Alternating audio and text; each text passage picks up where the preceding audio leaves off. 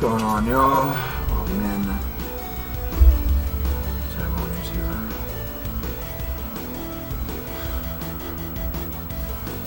As you can see, I'm tired. Adam Cole, baby! Dude, that was one hell of a pay-per-view last night. We will be talking AEW All Out tonight. Before I do that, I need to find my Nintendo controller. Dude. That was one hell of a show. I thought they were going to end it differently, but they did, but to a different expectation. I was expecting them to save someone for a Wednesday night show as part of the rescue, but they did it completely different and I liked it, so there is that.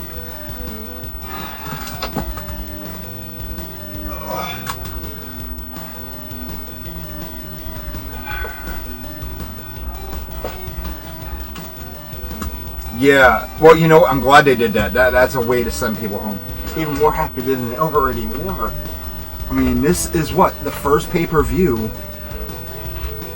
The first major, like, crowd-based pay-per-view since the beginning of the pandemic. So yeah, tonight we will be talking about All Out. And here's my fact. I'm beat, dude. I went camping today. I'll pull up the results here. Yeah. Like, it's just nuts. Alright, so let's see. No, I will say I did miss most of the pre-show. Only because I was doing stuff and I didn't get to jump on in time to watch it, so that's, oh yeah, my Elgato's still in HDMI mode.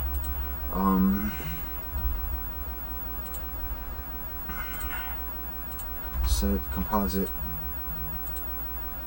There we go. Now it should be up. There. Oh, I'm not worried about the pre-show. I mean, I'll watch a replay, but I did get to watch most of the match.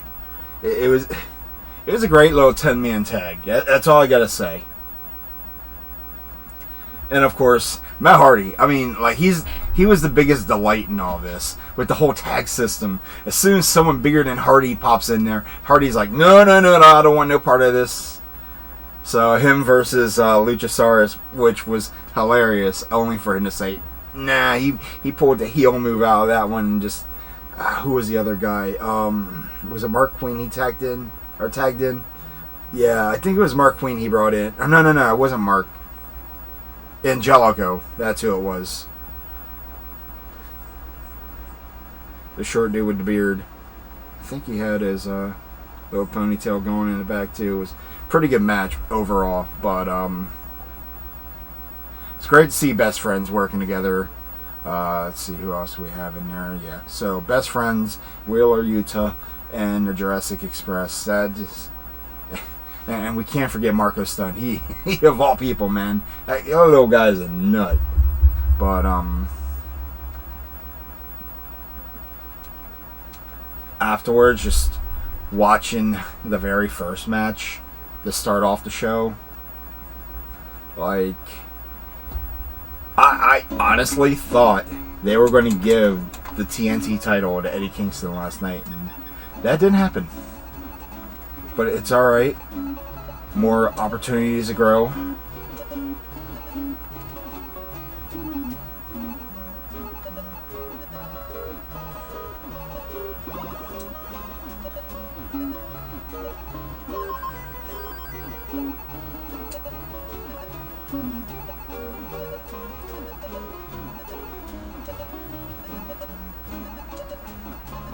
Nah, can't do that.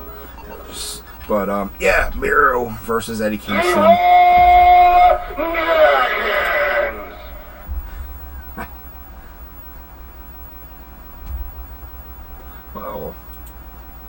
Thank you for the host. Dragon Games. Welcome in. Don't mind me. I am pretty tired tonight. I am beat. I did spend a day at camp. Of course, I had a little accident at camp. I was walking Nillian over to the river, and there was mud all over the place.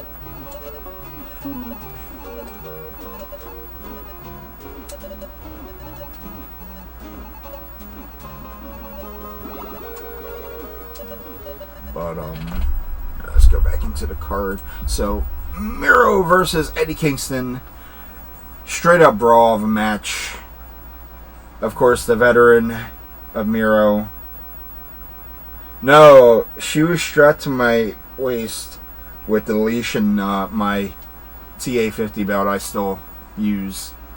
I rigged it so to where I can use my arms freely, and she would have to pull on my back. But there was a lot of mud still from the rainfall. But yeah, I slipped. Landed on a lot of hard mud. Let's just say it was not fun. My body hurts. But Miro took Eddie Kingston to the limits last night. And of course, the biggest thing that Miro had to look out for was that vicious DDT of Eddie's. And of course, he did hit it quite a few times, but it just was not enough to take out Miro. And in the end, the most handsome man alive today secures pinfall with one hell of a kick. With your winner being Miro. Now, a lot of people have been asking me specifically, where is Lana? For one, it is no longer Lana. It is CJ Perry. I don't think her no-compete clause is up yet. But I do hope she shows up there one day in AEW. Be a nice little, well, not a mouthpiece, but a nice valet. I mean, they are an ultimate power couple. If you've never seen them on YouTube or Twitch or just anywhere in general, you are missing out. One day I would actually, if I can get this show running at full speed, I would like to have them on here just for my edition of All Elite Talk. And not head to toe, but I was covered in mud pretty good.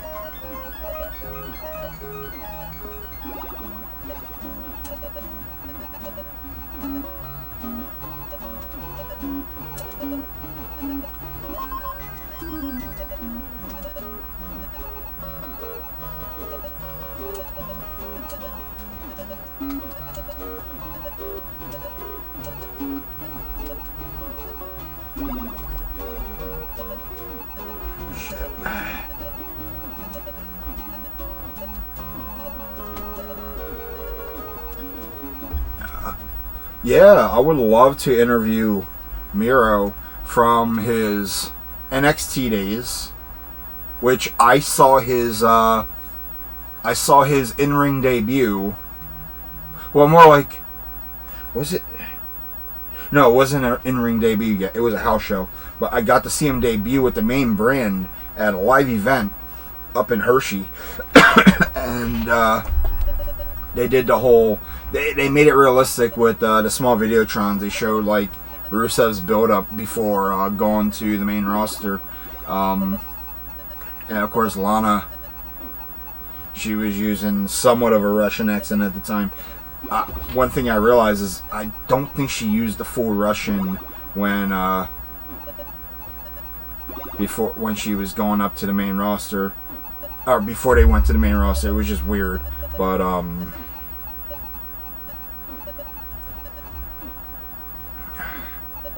yeah, I got to I got to see Rusev's debut. Alexander Rusev is what they called him, if you don't remember. Or you can send video clips to people. Messages.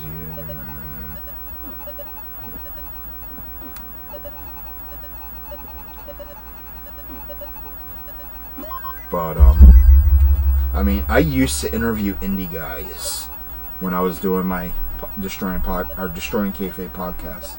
I had a ton of indie guys. Let's see. Shane Swerve Strickland, otherwise known as Isaiah Swerve Scott. I've had Latin Dragon. Let's see. A couple times I had my my good friend Stan the Man Styles. I always love having him on the show. He is one of the funniest, craziest, weirdest characters that you will see in the indies. He does host an event once or twice a year called the Stan Styles Intergender Bonanza. He's the guy that's helping with the whole intergender thing with wrestling. But, of course, now we're seeing how this theme is slowly dying from intergender wrestling. So the question is, how much longer is it going to last out in the independent scene? You should interview guys from WWE, AEW, ROH, and New Japan. Now, New Japan, it would be tough because most of the international stars, some barely know English. It would really, and I don't know I don't know Japanese at all. I would have to learn the structure. I would have to have a translator on the show going back and forth. But I would like to have, the American side of things. PWG. I have not watched much PWG. I used to watch it back in the day. Impact. I would love to have some Impact guys one day. Now, there is another show here on YouTube. And as a matter of fact, they did shift over here to Twitch. Total Nonstop Impact is the name of their show. Hosted by Trent. Can't remember how you say his last name, but it has my buddy, good friend William Gardner in there. Also, my other good friend J-Bone. I did some podcasts with him up at his place when I traveled to Illinois to attend a wedding of a friend of ours. One of the greatest weeks ever. They got some American people from New Japan. Yeah, well, I know they do. They also got, I want to call them the Smo and Death Squad, because that's exactly who they are. G.O.D. themselves, Tama Tonga. Yeah, I don't know much about Juice Robinson. I've heard his name over and over and over. There's also Jay White. I know about him. Can't forget Zack Sabre Zack Sabre Jr. Who else we got?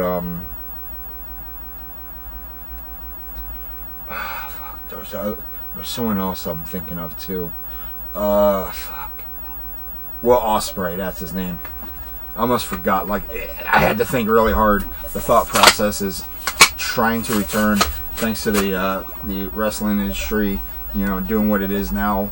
The Forbidden Door is really starting to lay waste to the sports entertainment division, and by that I mean the WWE, because from what I heard tonight, Vince is not at Raw. It's nothing to do with tonight's script, so God knows what's happening on Raw tonight. I will not be watching, as you can see. I'm too worn out for WWE programming. It needs a fresh reboot, and it needs to do something fast, because otherwise, well, it's going to put Vince in a loony bin. Let me tell you right now. A lot of folks have been saying it to me for a while, that Vince just needs to step down or away from the business in general. He is beyond out of touch. Dude, I bet you he did watch it. I mean, why wouldn't he? He wants to know how wrestlers wrestle.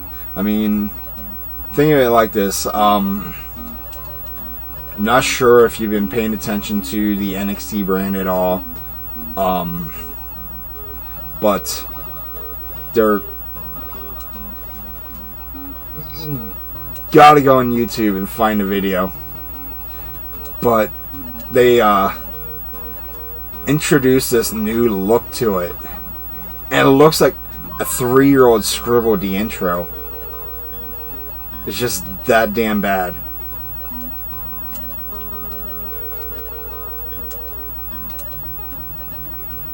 But anyway, moving on with the show.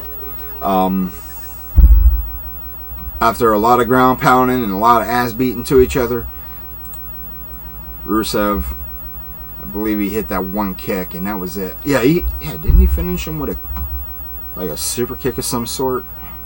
Yeah, he kicked him right square in the jaw, man, and just took him out, and that was it. I miss the accolade, being his actual finisher, but he's changing it up.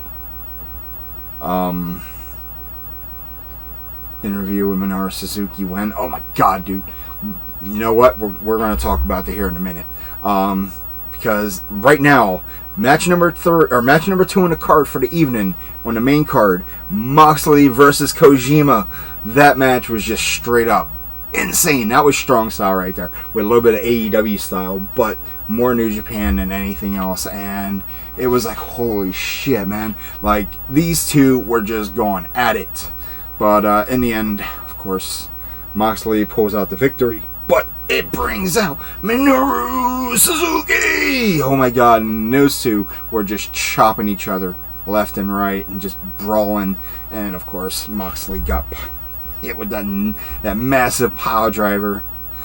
But let me tell you, now for those who don't know Moxley, he loves the strong style wrestling. He loves, brutalizing his body, let alone his opponents.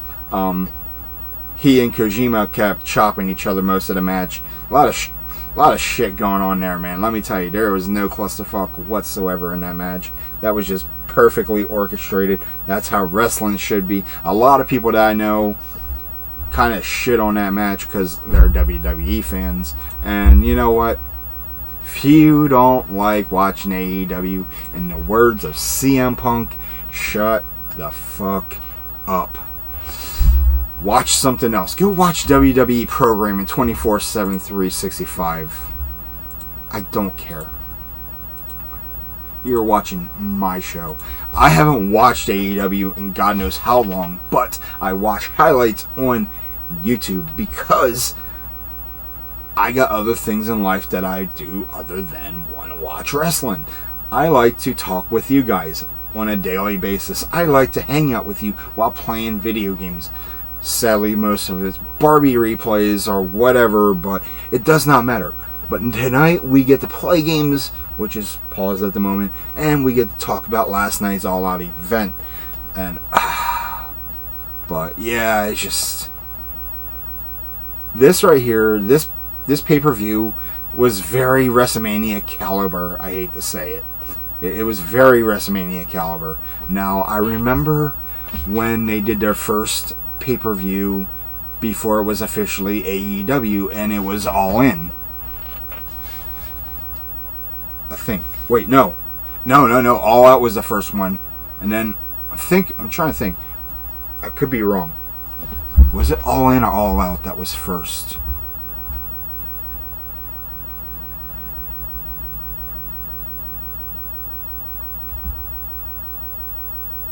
No, All Out was the first ever. Yeah. Double or Nothing was the... No. Well, yeah, that was the first AEW pay-per-view. But, All Out... Here, hold on. So, let me do this real quick.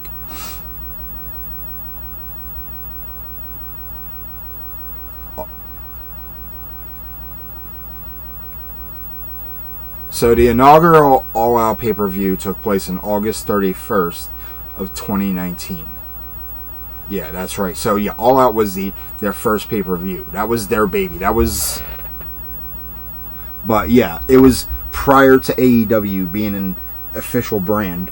And Cody Rhodes went all out. And I'm glad he did. A lot of people shit on Cody because they say, oh, well, he's here to take the spotlight. It's like this. All Elite Wrestling wouldn't be a thing if it wasn't for Vince McMahon and his carny creative ideas. If he would have let Cody Rhodes drop the Stardust gimmick, things would have been alright. But no, he had to keep digging deeper and deeper into Cody's career, exploiting him, making him be something he doesn't want to be.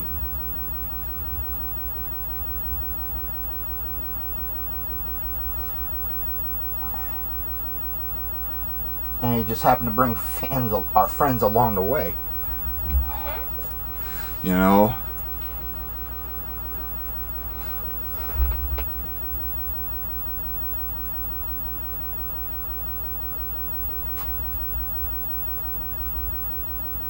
You would have thought, after the passing of Dusty Rhodes, that they would have had him drop the gimmick right after, like immediately. Nope, they didn't even do that. They were like, nah, let's keep this gimmick going, you know. And of course, his first match after his father's death was against Neville, aka Puck. And, well, actually, that was a pretty good match. But the fact that they tried to have him shake Cody's hand, or, I'm sorry, Stardust's hand, and they had him spaz out. That's probably a reason to, you know, he tried to pay his respects, and they were like, you know what, nah, fuck that. We're just going to have him not care about the respects from, you know, up front. We're just going to turn him into a comic book heel that's going to make 0 sense down the road. And after that was basically it for Cody.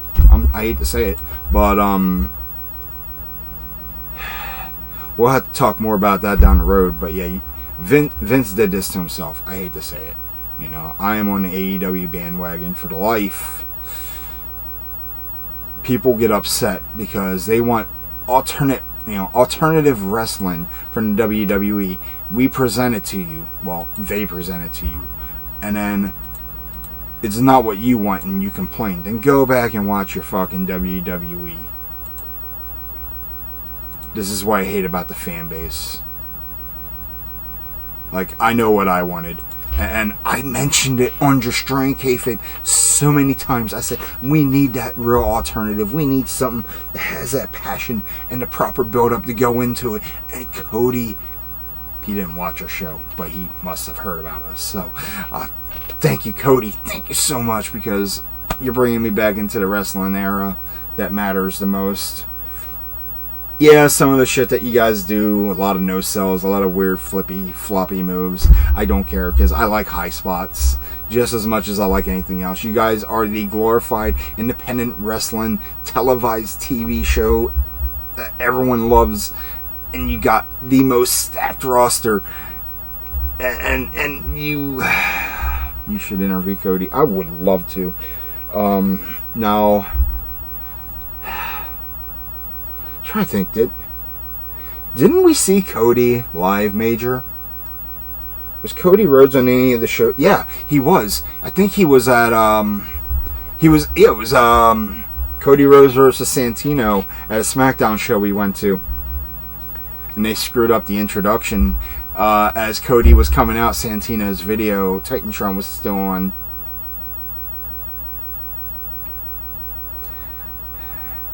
Yeah, it took me a minute to think about that one, but yeah, Cody faced Santino, and it was his dashing gimmick.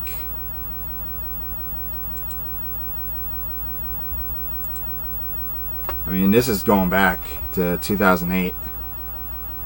Dude, AEW chants are great now. Like, the WWE fanboys are losing their shit over this, honestly. Like,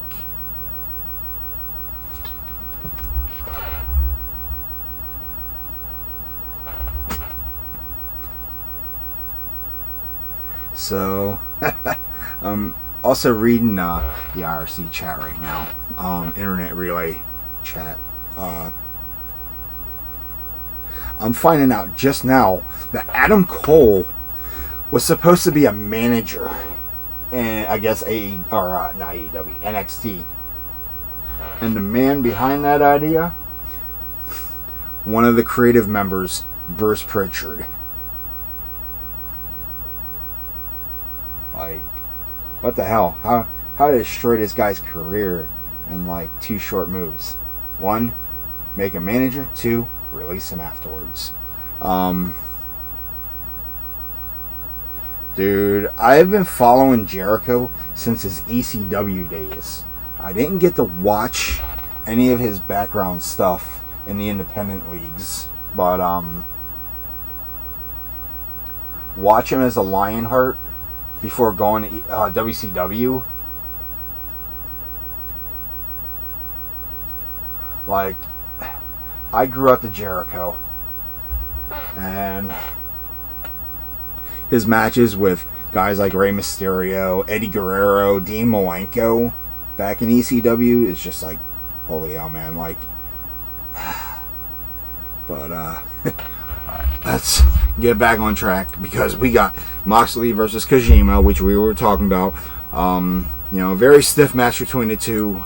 I'm trying to remember most of the stuff that happened. Like, I mean, I remember what happened, but move for move, these two invented chain wrestling last night. After one thing, they moved to the next. That's what chain wrestling does. But yeah, I believe he hit him with his paradigm shift and just called it a day. But brought out Suzuki, or as some of my friends call him, Murder Grandpa. But dude, I can't get over that, the match and the show in general. Afterwards, we do have match number 4, match number 3 in the main. Dr. Britt Baker, DMD, with Jamie Hayter and Rebel defeating Chris Statlander with Orange Cassidy by her side. Seriously, man, like, they know how to elevate the women's division in AEW. The more I think about it, the more I'm believing that this is also work from Dustin Rhodes. He likes having creative control for the women's division. He likes doing all the booking, all that. Here's a book. I'll have to take a look at it. I'll have to look for it then. But Britt Baker, she is the baddest bitch of AEW. Why? Because she said so. I mean, what's not to like about her? Not only that, she's got to be happy about last night's ending.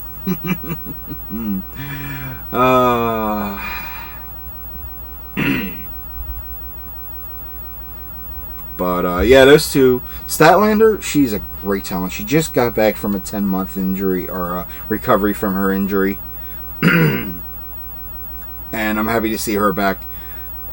As much as I like to see her be champion, Britt Baker needs to just put people back in the back at the bottom of the barrel. I'm enjoying her run as champion. A lot of folks don't care about it. I do. Did you see being the Elite today? They showed the backstage version of Adam Cole and Bryan Danielson making their Oh, you know what? They did that for Punk as well. And let me tell you, we will talk about those two in a little bit. But, man. Alright, so let's see.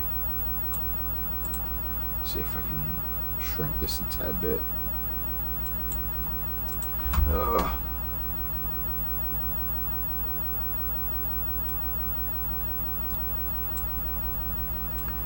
put this over here.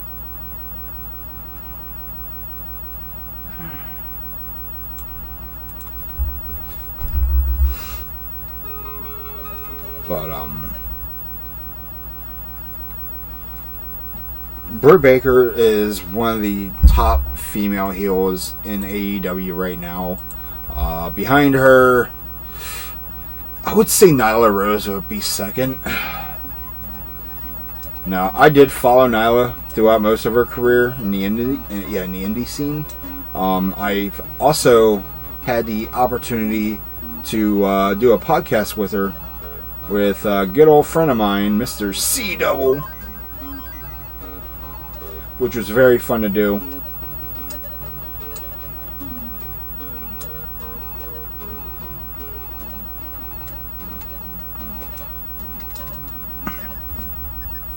But Britt Baker, hats off to her. I believe there was a little bit of some blood in that match too. Someone got busted open, I believe.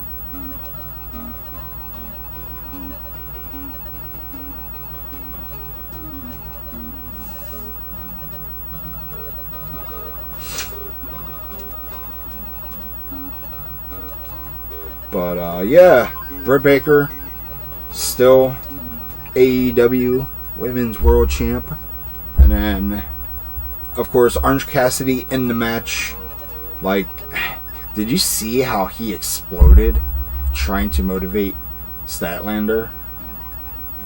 Like, I'd never seen him that fired up before. Like, that's something new in Tony Khan's playbook with him. Showing a little bit more of a compassionate side.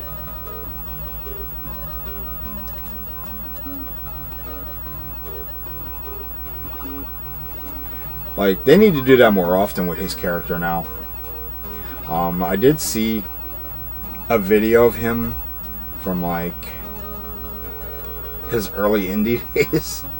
If you get a chance, see if you can find a video that says Lance Cassidy, or not Lance Cassidy, Orange Cassidy holding a fish. He channels his inner Riddle.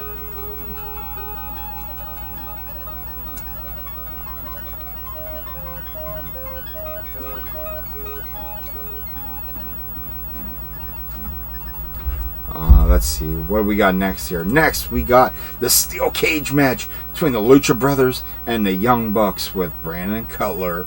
That was, let's just say, that was a spot fest from fucking heaven. I loved it. And they even put some spikes on it. I forget what sneaker someone said that was, but so those expensive ass shoes that I don't wear because I don't care about wardrobe as much. But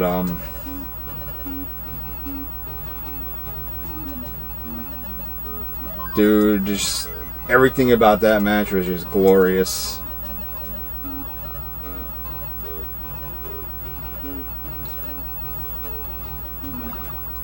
Like, I can't wait to see what's next for AEW with the fallout from All Out and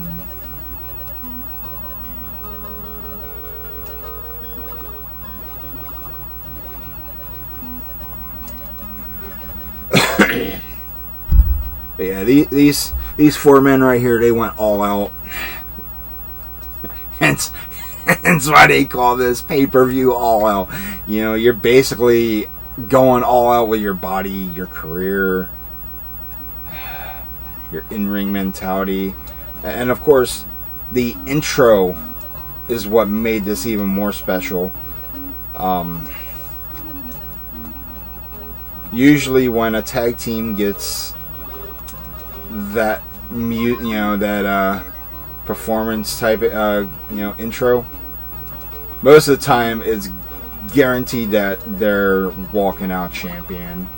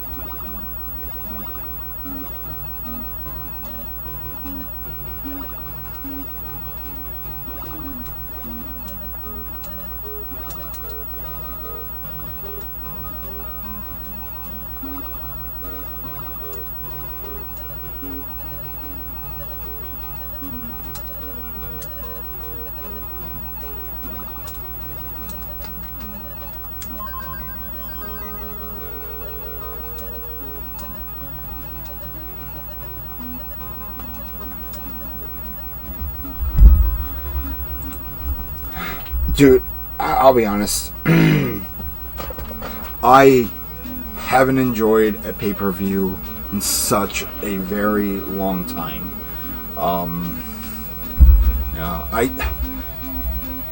Let's talk about WrestleMania. Did I watch it? Nope. First live pay-per-view for the WWE since the pandemic. And this is the first time that I never watched a WWE program. Why? Because I had better things to watch.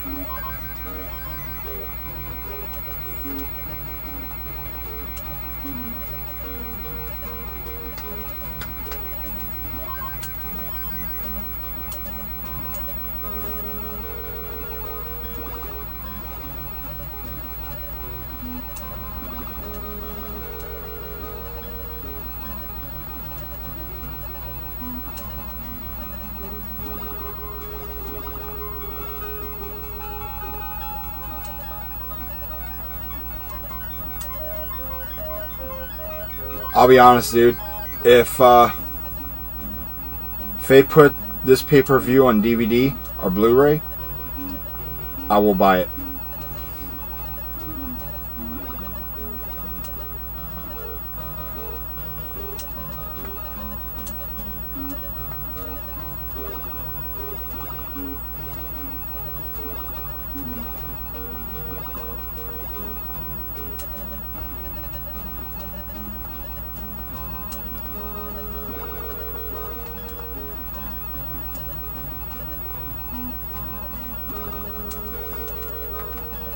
Now, during this match, I'm not sure how many people are familiar with Don Callis, Cyrus the Virus from the WWF days. He legit marked out for Phoenix.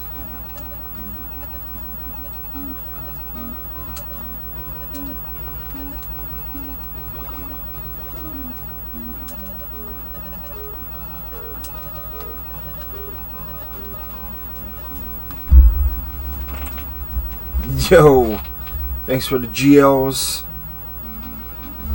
Hold on, let me see.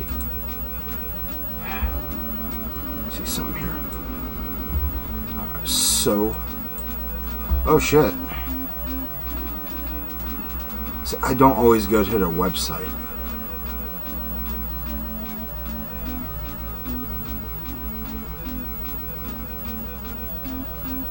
Well, when it does come out, I will be buying it. I'll tell you right now, it will be mine. Just because it's an art. Shit. Just because of last night's debuts. But anyway, in the end, the Lucha Brothers walk away, your winners and new AEW World Tag Team Champions, thanks to Rey Fenix and his death-defying flips. Dude. That's worth $25. But afterwards, we followed up with the 21-woman Casino Battle Royale for a future shot of the AEW Women's World Championship. And let's just say 21 women in, one can walk out. And last night we saw lots and lots of talent. But there was only one that everyone marked out for, aside from Sheeta, and that was Ruby Soho, Ruby Riott for those who don't remember her WWE name. But yes, Ruby Soho has made it to All Elite Wrestling. I did see the video promo about a week or so ago that she was AEW bound. Everyone kind of expected it, and as soon as she showed up, the crowd loved it. Dude, I love her song. Like, I love her punk rock themes. Like, she's just so badass.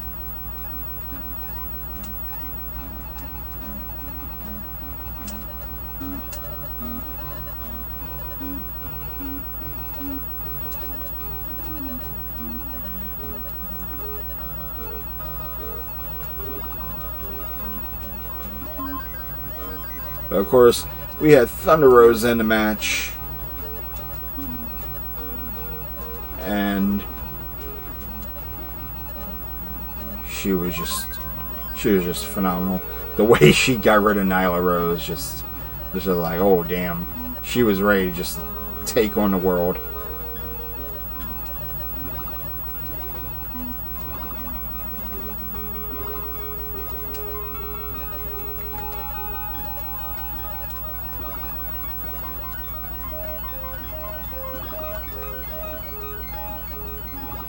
Go. Perfect cleanup.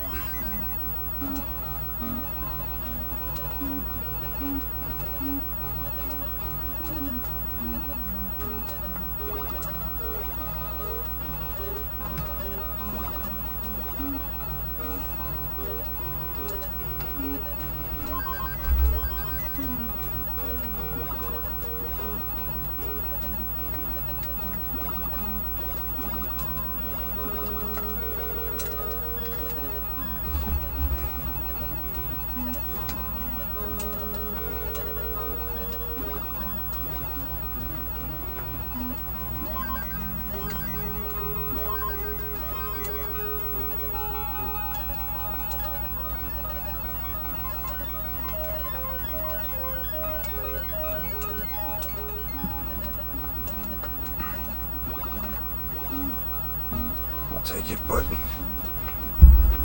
yeah, I haven't listened to rants in quite some time.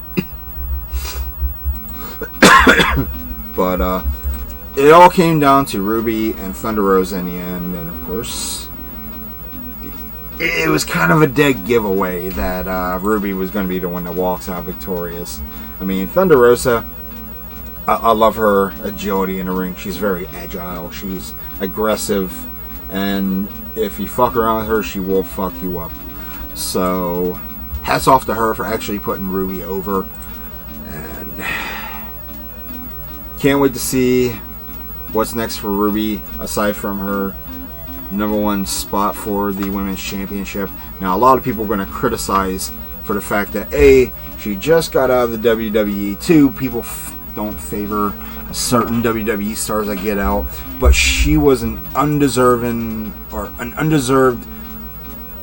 superstar from the PG era, and now she's moving on to bigger and better things. I wish her the best of luck in AEW. I wish you the very best, and best of luck going up against Britt Baker down the road for your future Women's World Championship match. Moving on, this match right here, just I thought it was his retirement match. Honestly, the way they built this up, if Jericho loses, he is done with AEW for good. He would have been a great ring announcer, but instead, well, we'll talk about that.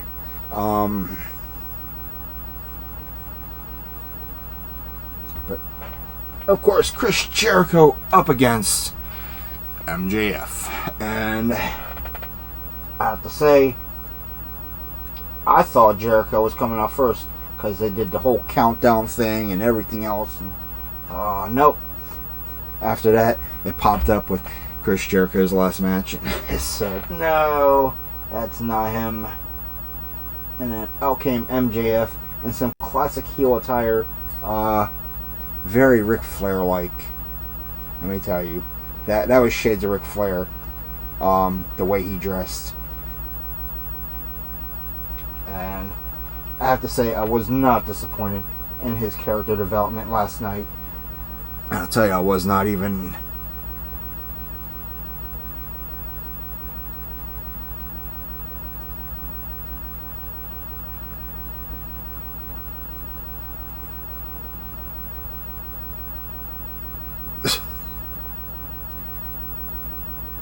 I did not see that. I wasn't looking at her intro.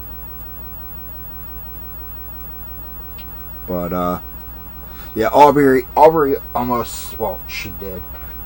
Thank goodness the second ref came out. I wonder if that was a botch or if that was a part of the story. But I'm pretty sure that was kayfabe.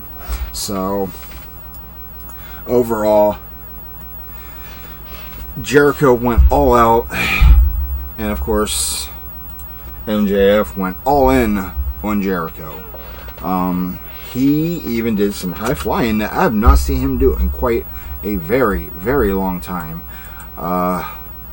There was almost about to be some outside interference from Wardlow, but thanks to Jake Hager protecting Jericho from losing this match, because I don't think, was that a no DQ match? Like, the way they built this match, like, it was sanctioned, but I don't know if there was any other gimmicks besides if he lost, he had to retire. So, but Jericho's intro coming out, his lead guitarist from Fozzy did the intro for him, and the crowd just sang and sang and sang. They were so into it, and that's what makes me proud to be an AEW fan, because they are so dedicated to Jericho's character. Even when he was a heel, when he did his Jericho cruise and invited AEW to do the show on there, like, I was like, the crowd sang to it, and as soon as the music was off, they were still singing, and Jericho literally like corpsed, and I'm like, yeah, you know, Jericho has a lot of love and respect for the fan base. It's just, like, if you're that dedicated,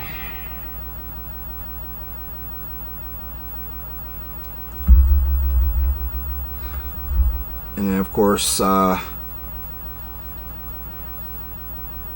MJF hit a Judas effect, and like you said, that basically screwed Jericho, because Aubrey did not see the foot on the rope, which brought out the second ref, and then in the end, Jericho became victorious. Dude, JR slipped up so many times. He said Big Show, Ruby Riott. Like, I'm surprised he didn't just call Daniel Bryanson or Daniel Bryan or whatever he wants to call him. Like, just call him for what he is, the American Dragon. Like, he screwed up so many times last night. I love JR to death, but I honestly think that JR is still stuck in WWE land. His mentality is still WWE. And it hurts to see that.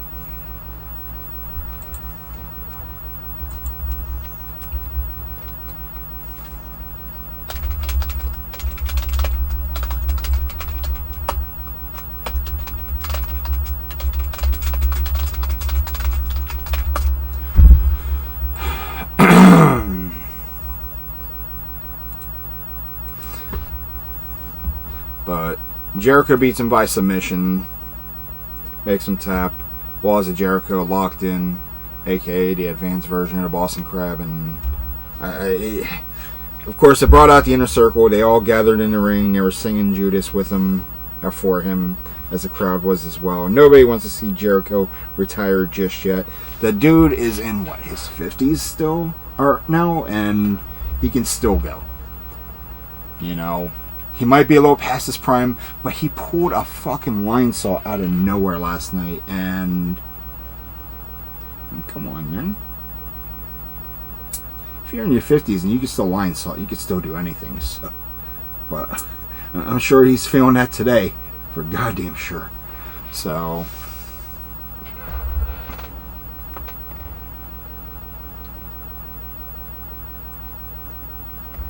I mean, you can let Shivani and Excalibur do commentary from here on out.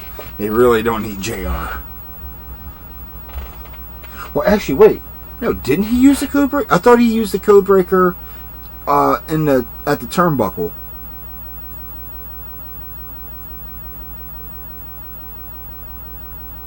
I'm pretty sure he used the code breaker last night. Just once. I'd have to rewatch again. I'm pretty sure I saw a code breaker.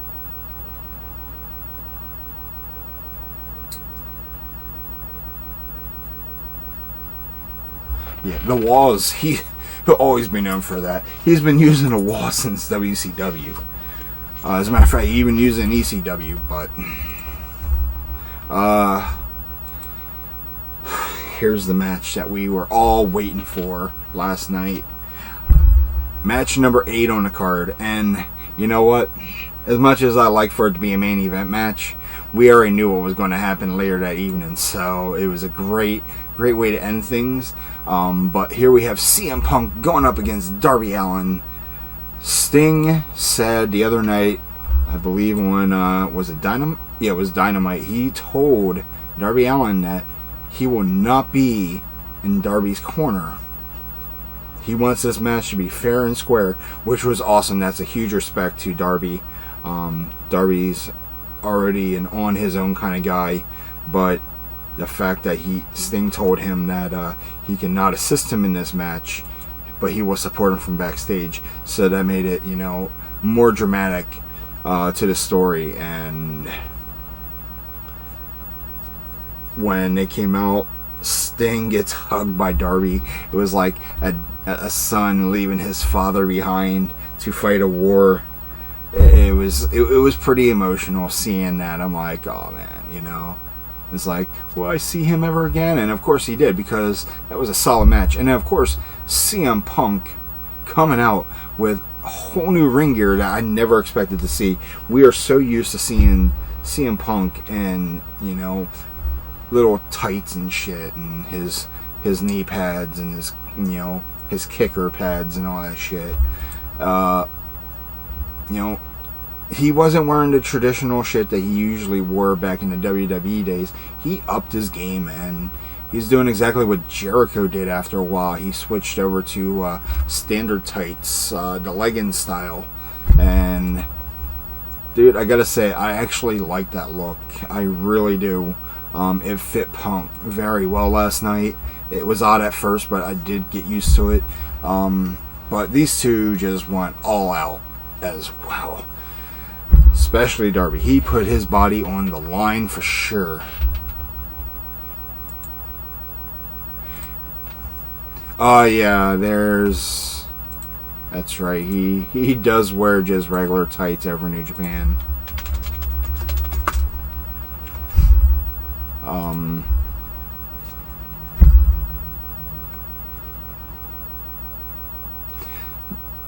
Yeah, and the thing was, it wasn't just him putting Punk over. Punk put him over just as much for a return match after 7 years of being out of a professional wrestling ring. Sadly, his MMA career got cut short after quite a few losses. And that was a damn shame because as big as a fan I am, or as big as I am of being a Punk fan, MMA was not exactly his forte. He's a good in-ring competitor. I know he had the Muay Thai style background, but he didn't even use that because it's literally ineffective in what he was doing. But Punk and Darby just laid it out. And I don't know how many people saw this. I didn't realize it until someone made it noticeable online. But they emulated a match from the 90s. For those who don't remember Bret Hart versus 1-2-3 Kid, they had a match back in the early 90s, and they emulated parts of it. I saw the video earlier. I'm going to have to look for it again, and I will share it with you guys on Discord or Google Chat or wherever you guys may be. But Punk and Darby just Punk destroyed Darby. We'll put it that way. Darby took every hard spot. He landed badly in 2 different spots. And let me tell you, Darby should be lucky that he's even... We'll ask Justin Timberlake if it's okay. But, yeah, we'll work on that.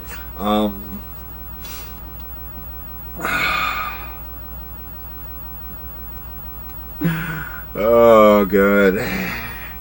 Okay, certain social media programs.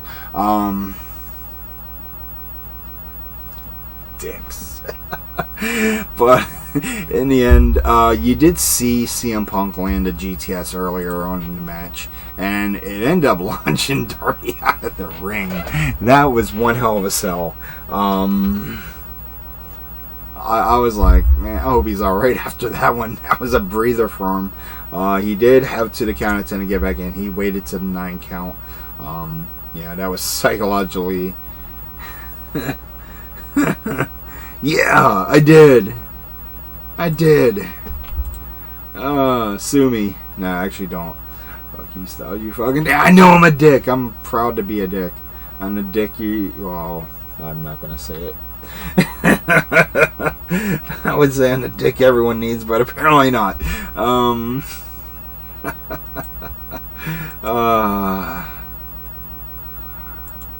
man, but dude, this right here, this was just major nose. But in the end, these two laid it all out on the table. They painted the canvas with pain and moves, and I know. Wait, we're taking this in a good or bad way, or is this however you want it to be? Because that's usually the psychology that goes behind that, and it really doesn't matter. No,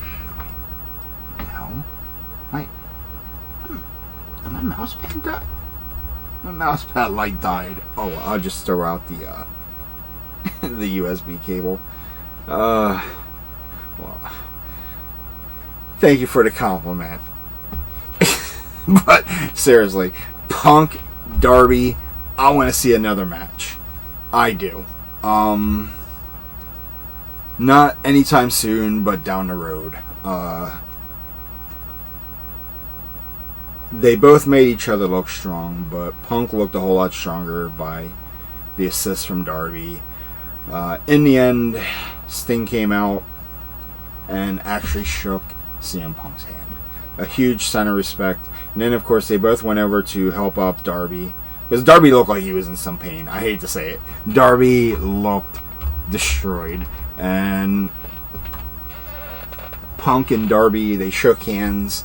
I was expecting Sting to do a reverse DDT on Sting on Punk, and it just didn't happen. So I was like, all right. So they showed their sign of respect. After that, they went their own ways, and I just want to see what the future holds for both of these men. Maybe even put them together in a tag team match as a maybe put them down the road for random generate tag team for a future tag team title match. I mean, it won't happen, but it'd be nice if it does.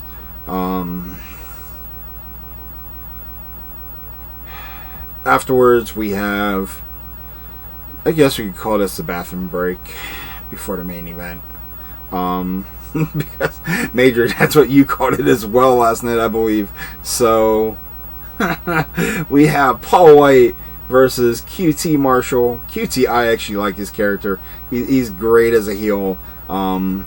He created his own Nightmare Factory with a bunch of guardians from the independent scene. These guys are great. But he was with Aaron Solo and Nick Comoroto. And a lot of interference on the outside. Long story short, Big Show won. With some knockout punches and a choke slam. I mean, what can we say about that? I mean, it was a Big Show match. That's how he'll be remembered, as being a Big Show, because JR said it last night. The Big Show. Go on. Oh no, it didn't die. All right, cool, sweet.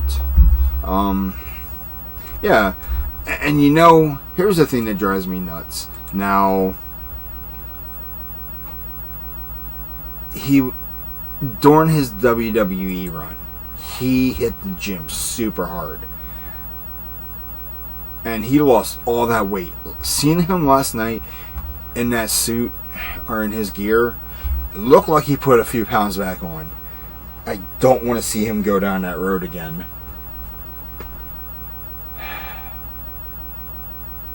I really don't. I was happy for his progress.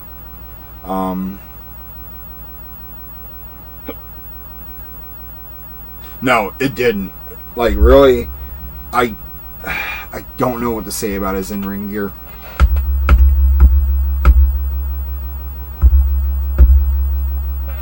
But, I mean, I'm happy to see him in the ring, just one last time. I just don't... He's not technically even a wrestler to me anymore. I mean, he is a role model to me, I grew up watching him in WCW as the Giant, or aka the son of the Giant, the son of Andre. Of course, we knew that story wasn't true, because when they brought him over to the WWF, back when it was the WWF, him and Big Boss Man had a feud, and they did a storyline based off his real father's death. And watching Big Boss Man drive that car away with a casket on, strapped to it, and then Big Show holding onto it as it gets dragged down the streets. I just how can we destroy Big Show in WWE? Well, for one thing, it's good for now. Big Show, Big Show's not flip-flopping between face and heel, so now, at this point, I was ready to turn off it off, because that match really didn't sit well with me. As a matter of fact, I forgot that it was even on the card. But everyone's like, hey, you guys stick around for the main event at least. And I'm glad I did, because we had Kenny Omega going up against Christian Cage.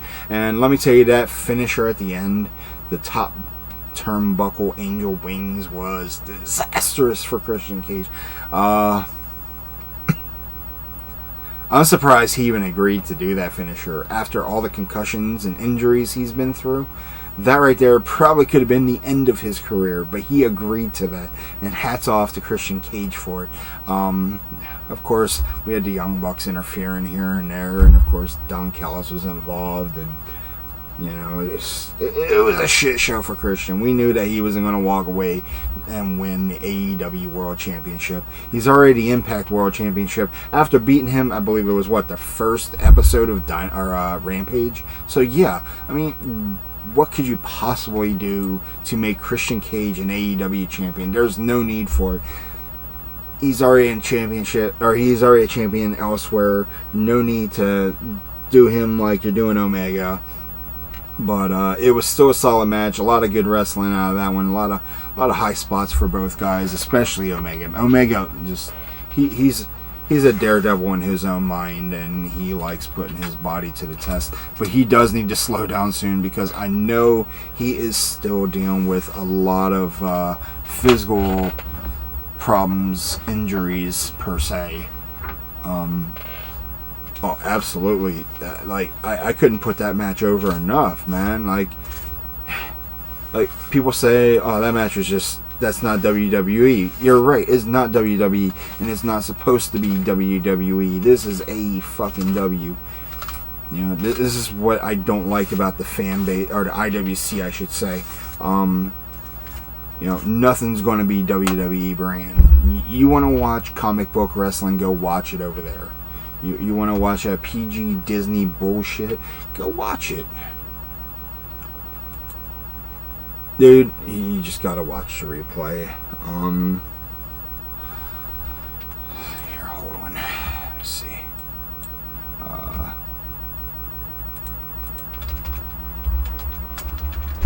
Alright, so here.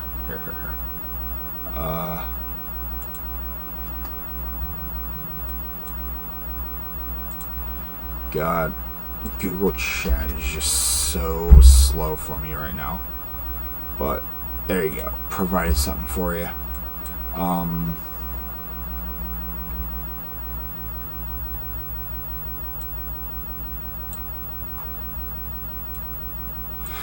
You know, for the fact that Kenny Omega was in a match, I'll probably give it 5 stars. As we all know, Dave Meltzer has a hard-on for New Japan guys like Kenny Omega and the Young Bucks. I mean, come on. The Young Bucks named their finisher after him, the Meltzer driver. So, and since the Bucks were in on it, like, just give us a good rating and we'll shut up. But afterwards, as a matter of fact, it wasn't the Young Bucks. It was Doc and Carl Anderson that got involved first, and then the Young Bucks came after. That's right, the Young Bucks came out afterwards. It was Carl Anderson and Luke Gallows getting involved, couple V-triggers here and there, and of course Gallows got hit with one. Just trying to remember, it took me a minute to realize what I was talking about there. Yeah, the Young Bucks didn't interfere at all. It was completely the Good Brothers, and I love watching the Good Brothers. You know, the Bullet Club. That's all that was right there. Was another Bullet Club reunion or get together. Afterwards, of course, Omega cuts a promo as they're beating up on Christian, and of course he says all the superstars that should go after him are probably tired or dead.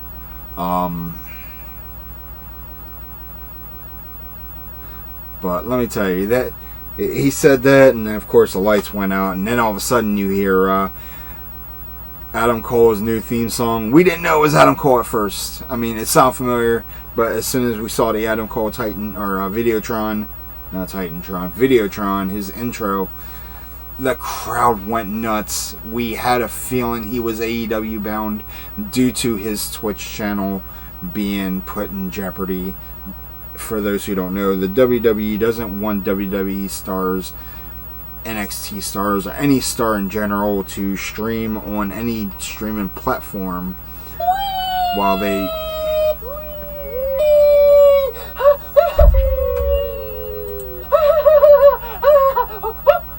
Say we again, motherfucker. I dare you.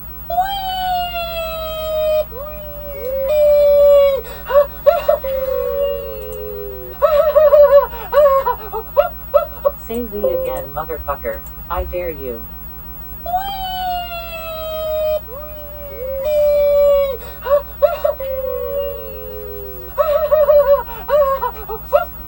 Say we again, motherfucker. I dare you.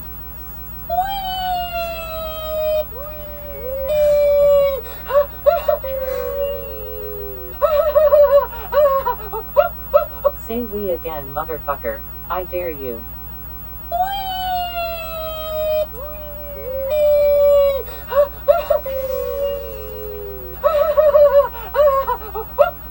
Say we again, motherfucker.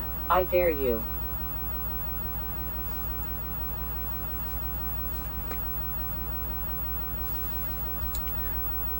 Here I am trying to give my reviews, and I'm getting weed to death.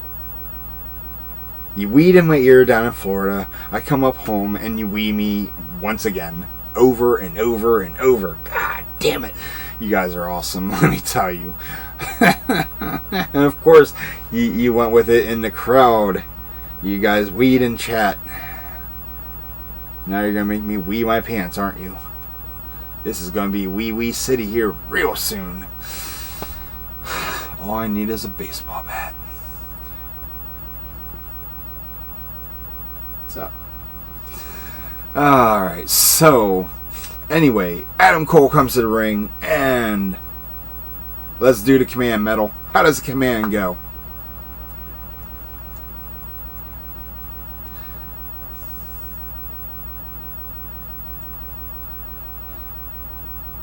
Let's see that command in chat. Adam Cole, baby! Yes, the crowd ate it up. And they had a stare down in the ring. And out of nowhere, Adam Cole super kicks Jungle Boy. Because, yes, they came out to help save Christian Cage. And got their asses beat. And, well, he comes out and he starts to go. Well, first it started with Kenny Omega saying, "Why would I be scared of my friend?"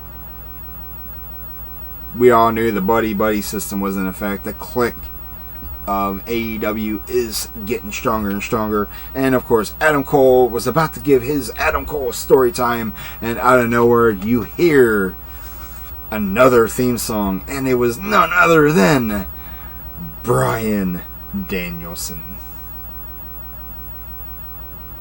That's Daniel Bryan, for those who don't know Bryan Danielson's real name.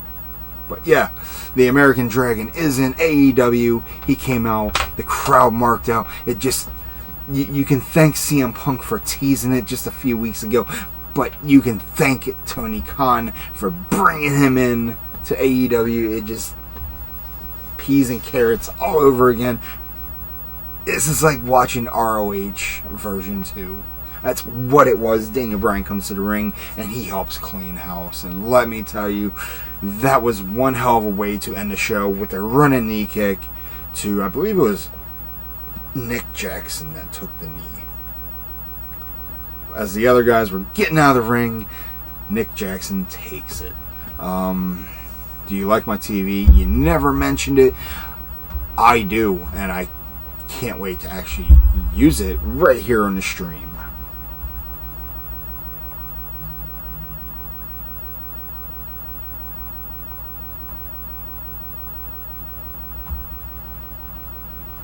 Oh boy.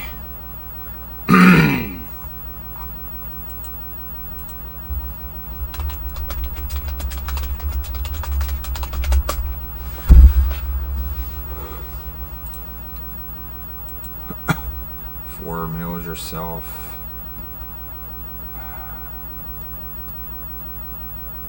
Hold on, I gotta see this. Which one is this?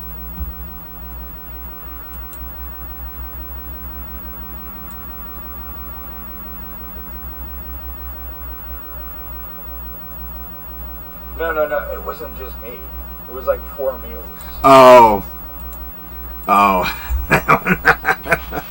No, that's not it. That wasn't it. Now, I did 2 different Big Mac challenges. Remember that. The first one I failed because I wasn't used to trying fast food speed runs. I gave it a few days and gave it one more shot. But, alright, so I'm going to wrap up this AEW review. Daniel Bryan, Adam Cole, Ruby, and CM Punk. 4 top name stars right there. Overall, I'm going to give this 5 stars out of 5. People are going to say, that's pretty biased. I was going to say, well, maybe you should tell WWE to give me a reason to give them 5 stars. But, no. Wait, 2 stars? Well, here's the thing. Suzuki and Kojima are not exactly AEW contracted. They are part of the Forbidden Door. They are not exactly active talent completely for their roster. These guys are signed. Those guys are just pay per appearance. There's a difference. And I will teach you that down the road. But they are great additions to the Forbidden Door brand. And I cannot wait to see what happens. Yeah, because that match between Kojima and Moxley, that was just one and done for now. They've been building it up for a while, but I'm pretty sure Kojima is just New Japan. That's why they did that. Because they're doing Moxley, the New Japan style thing. They're trying to bring all that over here to America since he carried the IWGP Intercontinental, or no, US title. Yeah, he was the US champ in IWGP, so now he's also the GCW champion, where he just destroyed Matt Cardona. Yes, Zack Ryder for those who don't remember his real name, or his gimmick name. But he beat him just the other night prior to the event, and yeah, I didn't watch the match, but I heard all about it, which is fine. Transitional champ and Matt Cardona, I know that's his real name. I'm talking about his gimmick name. People don't know his real name versus who he wasn't, versus who he was in the WWE. Everyone will say, "Oh, well, I know Zack Ryder. I don't know Matt Cardona," because some people don't follow his actual in-ring career or after post WWE. But King of Deathmatch gimmick.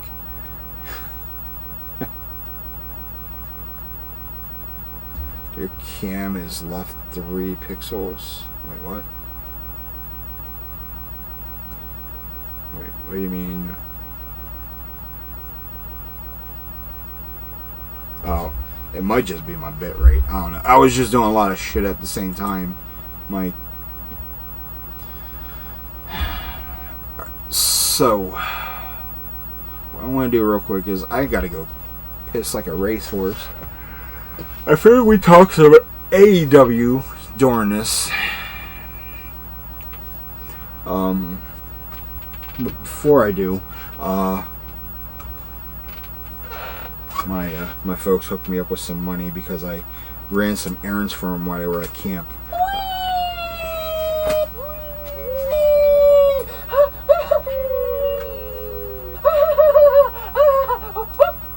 Say we again, motherfucker. I dare you.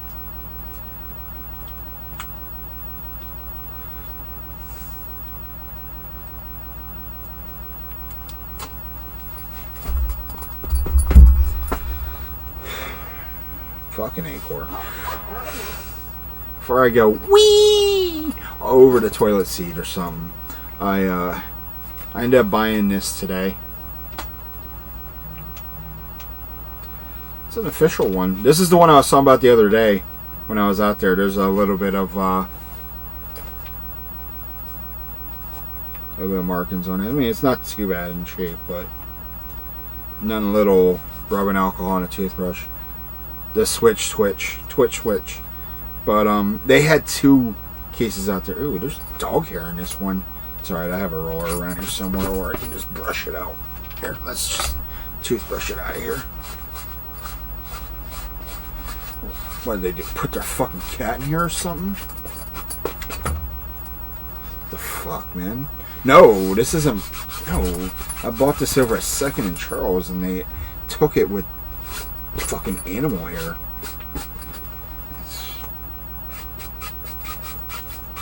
Now they had 2. Yeah, cleaning with styles. I mean, yeah, I need to clean my life. But they had another carrying case out there. Major. They have a carrying case out there that is made by Nerf. Now, if you go out there, if you find it, you should grab it. Because inside, alright, so with, if you use the Joy-Cons without being on the controller or on the system, it has those little slide locks on them that you can use the the buttons or the bumpers and triggers. I don't know if they didn't check it or whatnot, but there's some accessories inside the Nerf one. I was gonna buy that one and bring it home, but I wanted the official Switch one. So when I take my trip to South Carolina in December, I'm going to use this to travel with. I want to get a couple more games to take down with as well. I mean, I have a few in my digital library, but I want some physical stuff that my son can play on the road trip home. So, but speaking of that TV, when I get back, we're going to talk about that core. All right, so hang tight, guys. While I'm AFK, you don't have to redeem 10 points for this one, but enjoy.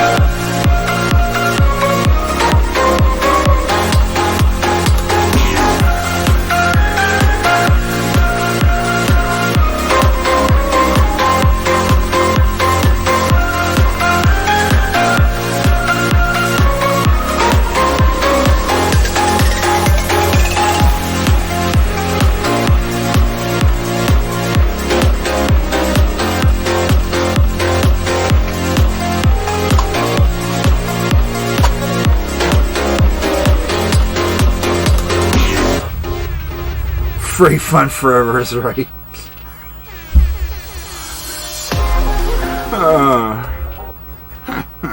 Sorry, man. I just...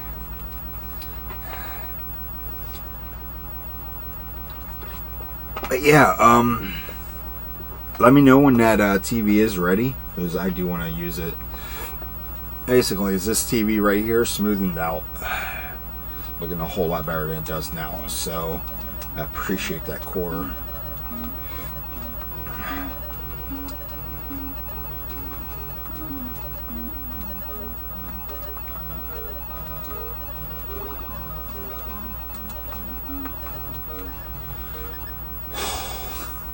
But hey, man, I hope you guys enjoyed the free fun. I mean, you know, I'm thinking, what if I did that as a 24-hour thing on here? I wonder what would happen. I mean, it would probably have to get uncategorized. That's quite alright.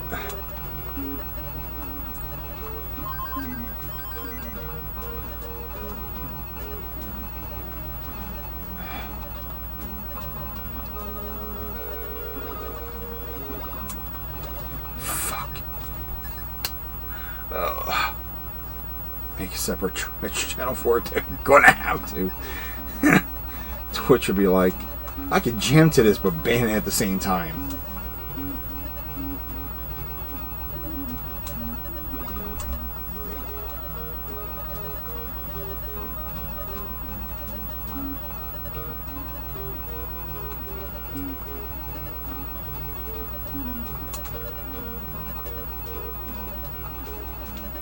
Oh, by the way, Major, I was wondering, I don't know if you would know, but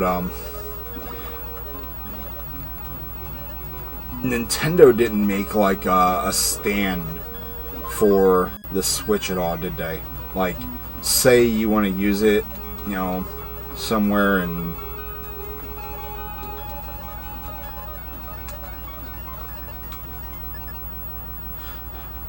like, instead of just having it in the mount here, say I'm like at camp, like I was today, and I don't want to use the Joy-Cons, but I want to be able to like angle it to where I can, without having to use anything.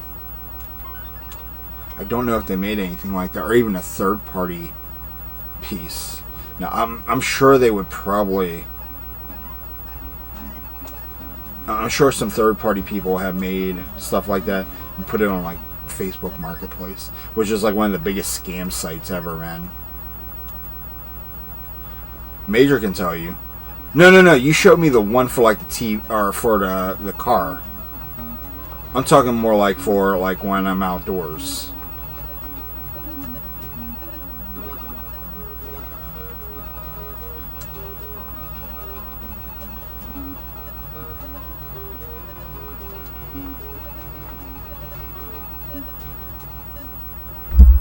Did you?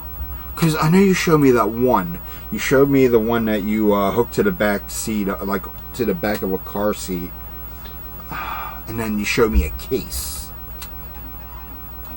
Those are the only two things I remember you showing me.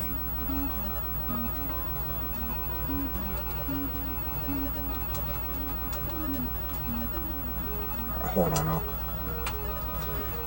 check that in a minute.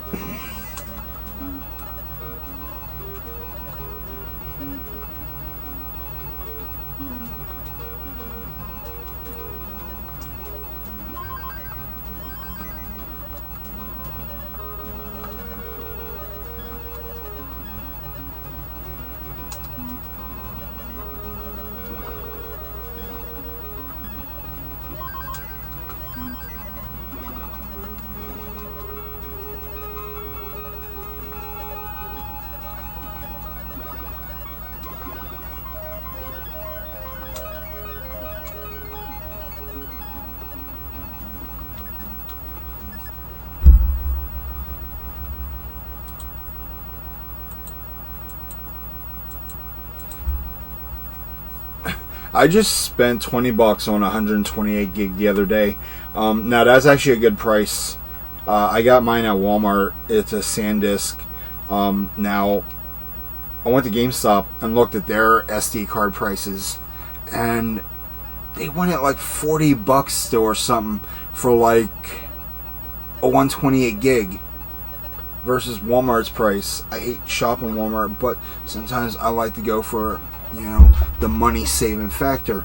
But in this case, it was worth it. I do plan on actually upgrading down the road because I'm already extending my library by a little bit. Oh yeah, here, let me click Metal's link real fast. I want to check this out. See if this is...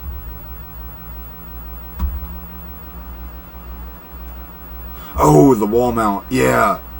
Now, that's for just the dock. That, from what it's looking like, you hook the dock up to it. I'm not worried about hooking the dock up.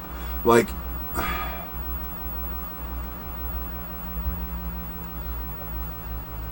Hold on, I want to see something.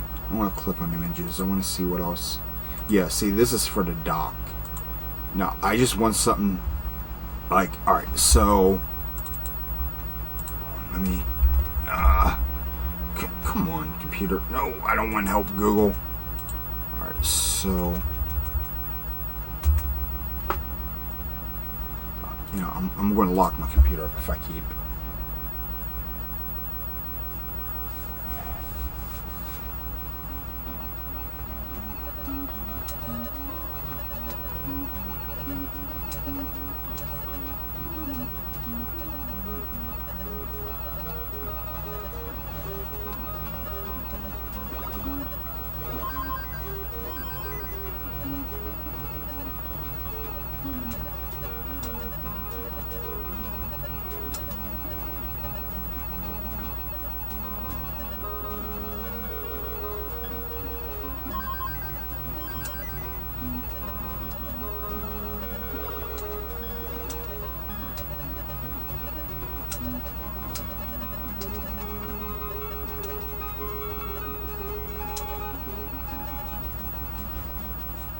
Nintendo Switch has their own SD cards. I know they do. But here's the thing. They overprice them. They're the same exact thing from what SanDisk is.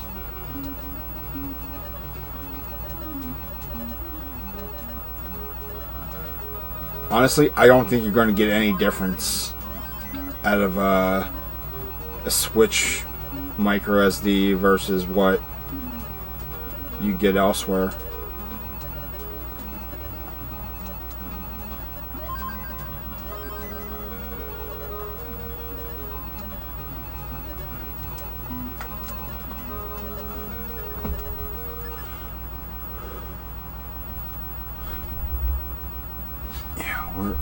I forget which one I got, but like I was looking at Nintendo's prices on their micro SDs. I will not bite. Nope, not on them prices.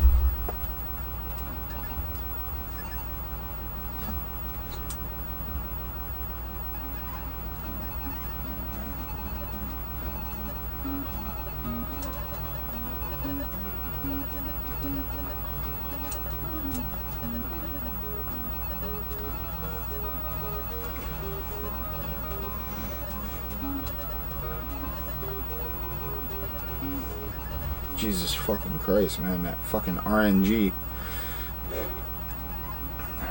Now, I was gonna buy some Micro Center cards, or micro SDs, because Amazon sells them things for like dirt cheap.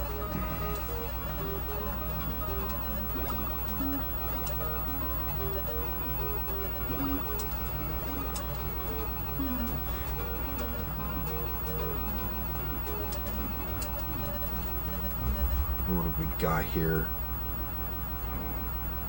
Oh, Potato sent me a message. Uh-oh.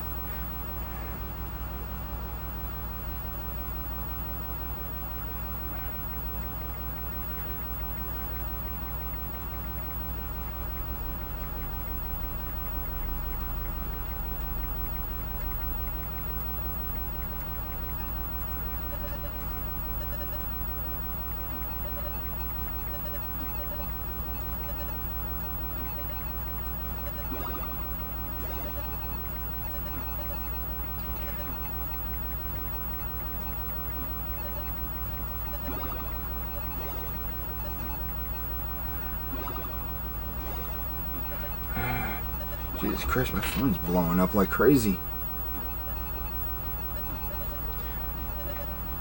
What the hell? Oh, 2 comments.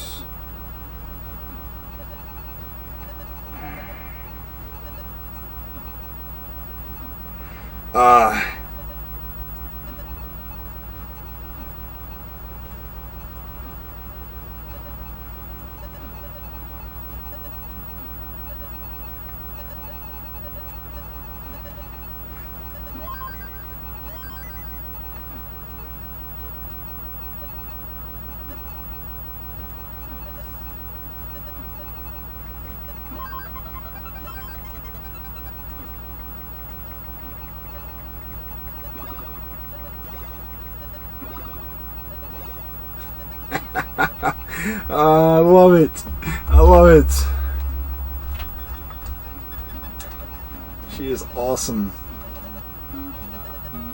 So maybe I will do that here soon. Think about putting Warzone back into my life in some way.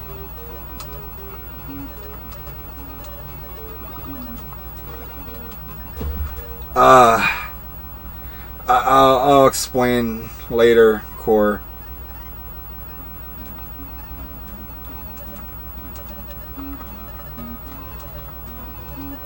No, I'm not.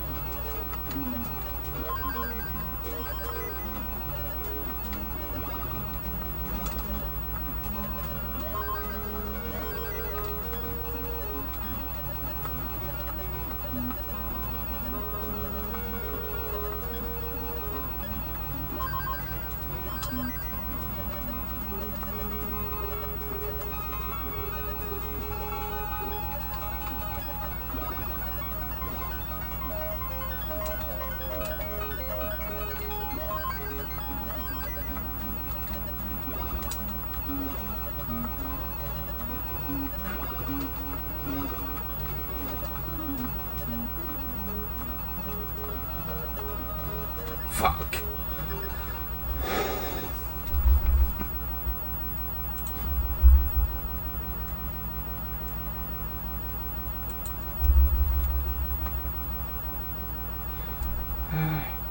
See if we can get potato in here.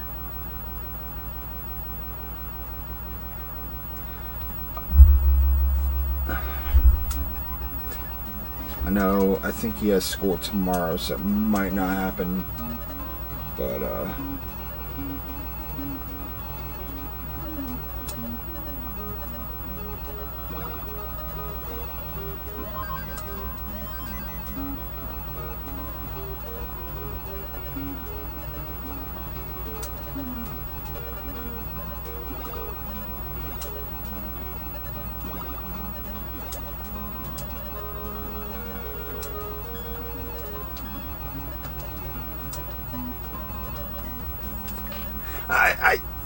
I completely fucked up. You know what? For that, we are switching to a different game.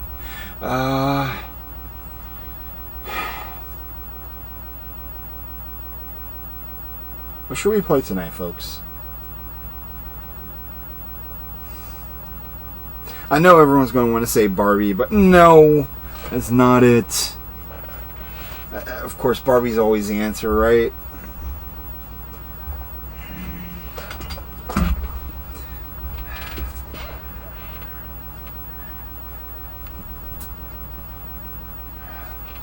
Barney?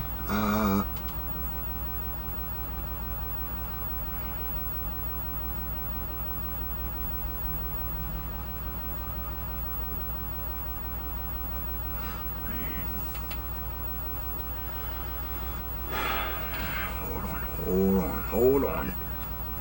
Breaking this baby in now.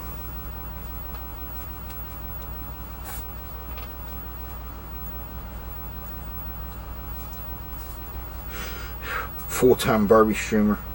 That'll be in my bio soon, right? gonna be like Barbie. That bitch has everything. Alright, so.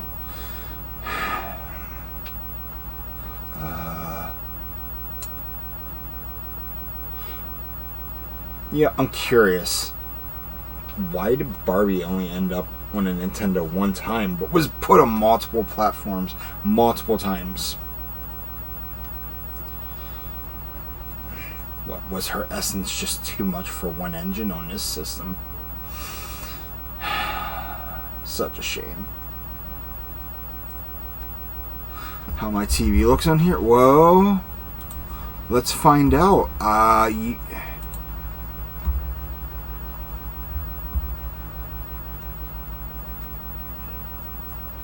No.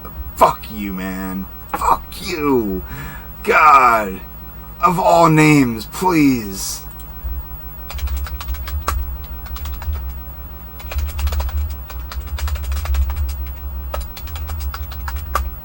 God. He went there. Alright, you know what? You're right. You can be an asshole. Not Ninja. I'm much more entertaining and I can take the ass beating that's given to me on stream. So, I know you did. Thank you. I love you, man. I love you a lot. No homo. But, yeah, you know. Things, you know, the thing.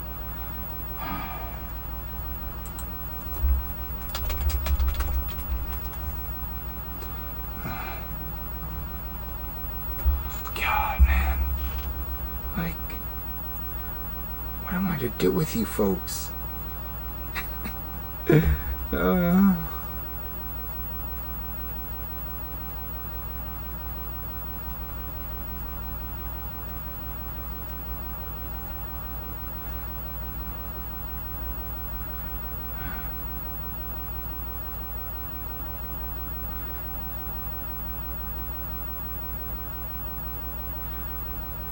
Wait, did they shadow ban my last post? No, oh my god. Alright, so nothing, absolutely nothing. So I've been kind of trolling a little bit here and there on Facebook with some stupid shit.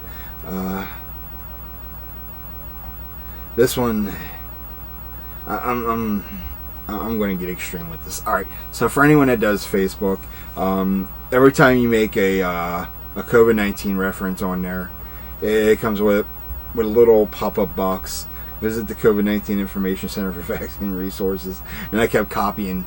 Every time I posted it, I would screenshot it on my phone, and it would keep popping up. Here, I'll just... So this is basically here. This is what I did right here. So now I did this. I took another screenshot of it, and it threw the third one in there. So, but that one's not getting recognized. The first one is. So I'm pretty sure they're getting tired of my shit now, and I don't care. Like, I love social media and all, but it's also toxic because of all this political propaganda bullshit that goes behind it. But, you know, trying to avoid the whole politics thing on chat. We all know how things go in there, how things end up. So, fuck it all. We're going in deep. So, let's see.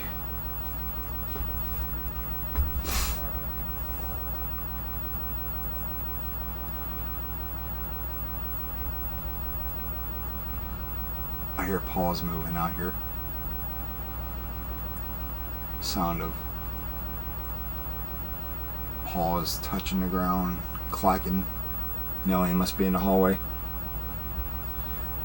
One thing I've done for her since the boys were here, usually at nighttime she would be in her kennel, but she's been so good. I basically ended Styles' Twitch career. You must have, like, not really. I can do that on my own. I don't need your help with that one, buddy. Trust me, I don't need help. Let's see. Oh no, Nillian's over there, I hear. She has dog tags. Real dog tags.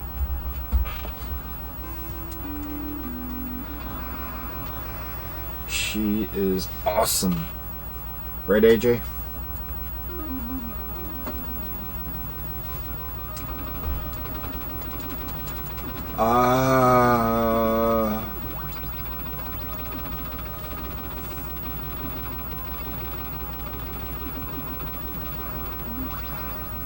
That'd be fun to do.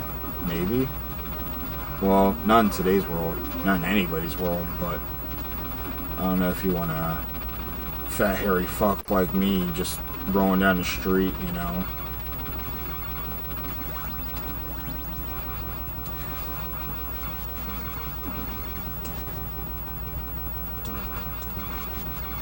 No.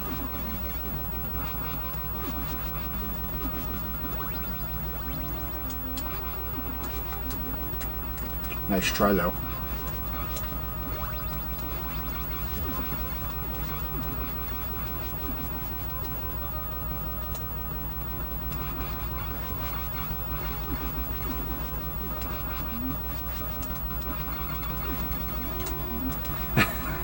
Alright, Nick. Thanks for stopping in, man.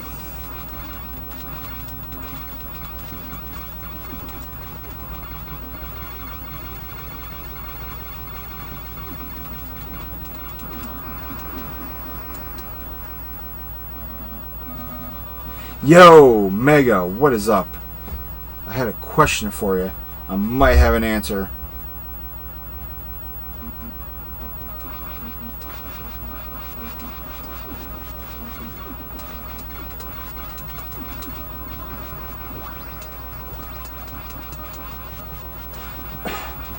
Everyone's been asking me that question, man. Everyone is. I have not heard from Rich since the end of January. He went completely dark on even me.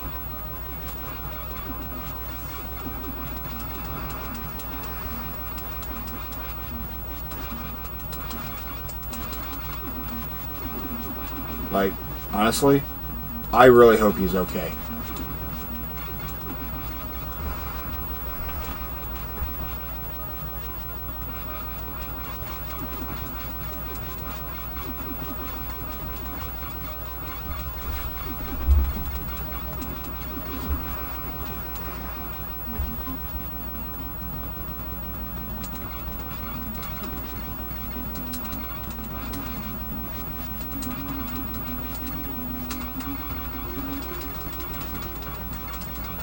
And I have no way of contacting him whatsoever. And that's what kills me the most. Like, back in the day, I gave him my phone number so we can stay in touch. You know, offline and shit. And I wouldn't get a phone call or text or anything.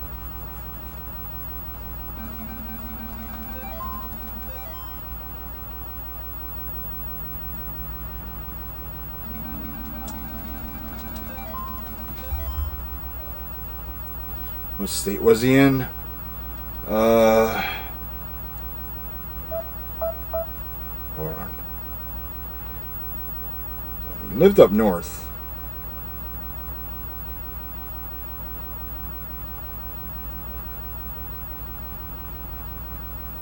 Are you bored with turning on your PC with the press of a button? Me too. Lucky for us, it's time for another episode of Ridiculous PC Accessories. And honestly, this one might just be cool. This here is a military-style momentary switch, and if we play our cards right, we just might be able to turn on our PC in style. This here's the switch itself. To avoid some accidental mutually assured destruction, we have this nice little cover. And finally, this special cable allows us to connect the back of the switch to the power and preset pins on our motherboard. And now, the moment of truth. Prepare to launch. And we have liftoff. Ridiculous, but awesome.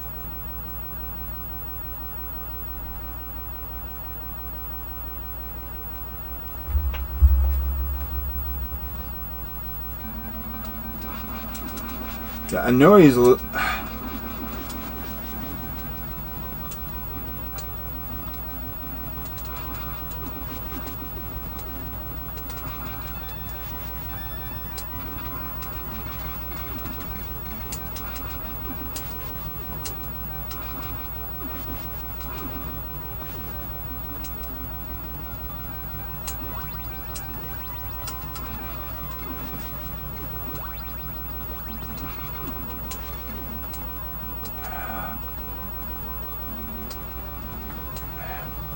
I do see him back online, man. Let me tell you, I miss that dude a lot. He taught me a lot about retro gaming, more than I already, more than I should have known.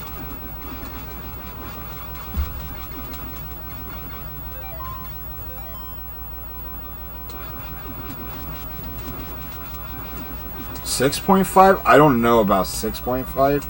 I know he hit a 5 mil.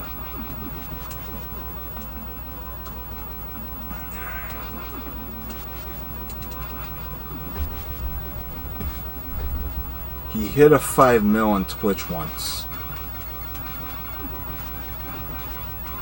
Before he deleted his account. I was watching him stream one day. I was lurking at first, and out of nowhere, he hit over 5 mil.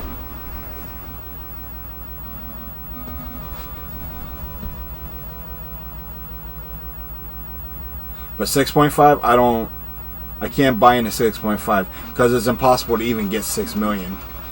You'd have to work even faster at Tetris to get the 6.5. And not only that, you would have to work your ass off in Super Mario Brothers to even get a higher score. But even that wouldn't matter because in Super Mario Brothers, you're only at an X1. As a matter of fact, you don't even get a multiplier in Super Mario Brothers.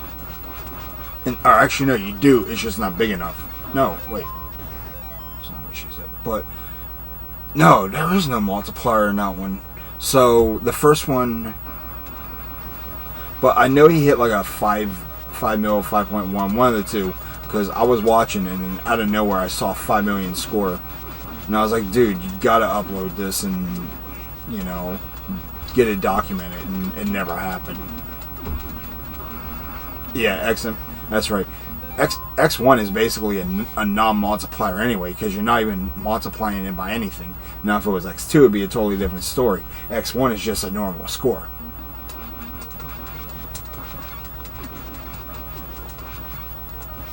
So basically, that's the default score, and then as soon as you get into Rad Racer, then it changes a little bit. And then after that, well, best of luck in Tetris. I should do some tonight. NWC, that is. Now that I have this EverDrive, you got 9 million. Turn off the Game Genie core.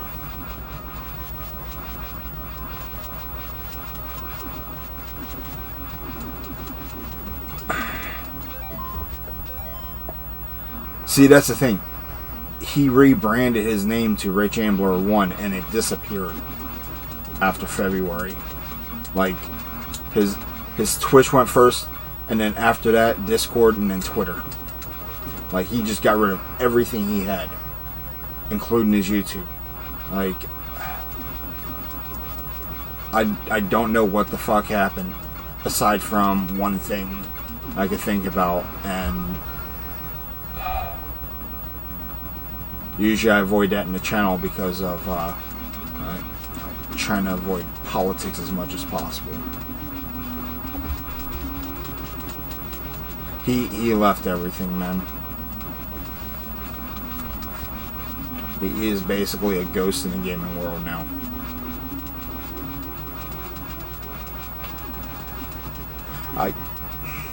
Hard to enjoy life right now with everything going on.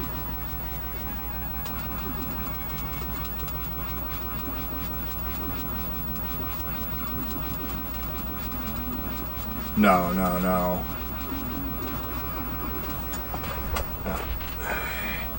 Had nothing to do with you, man. Nothing at all.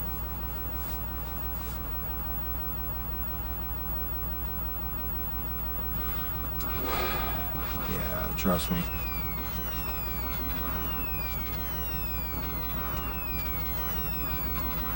Nah, everything has been going on in the world that I think that's basically the trigger that started all this.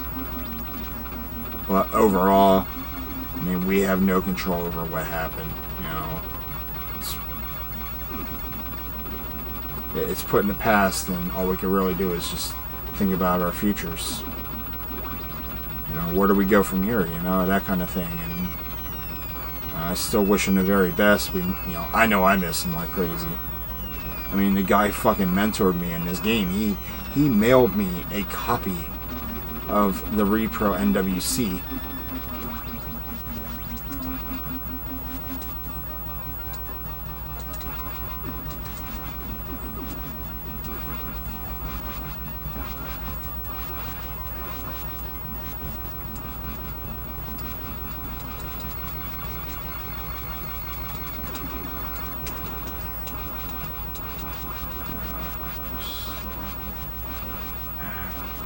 Oh, by the way, Mega,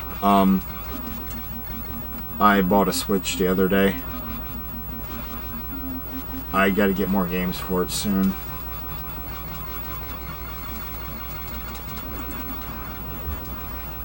And I gotta say, I'm pretty happy with, yeah. Well, I got my I got paid, what was it, like on Friday? Oh, no. I got paid on Wednesday, and then my ex paid me rent on Friday. So I took some of that money and I went over to GameStop. I was looking for an Xbox One S because I'd rather buy it from them than on the Facebook Marketplace or eBay or Amazon, because those sites want a fucking shit ton of money. But I didn't grab that. And the girl that was working there, who follows me here on Twitch, by the way, really awesome employee. We were talking about other systems as well. I asked what they had in stock, and she was like, well, we do have Switches. So I was like,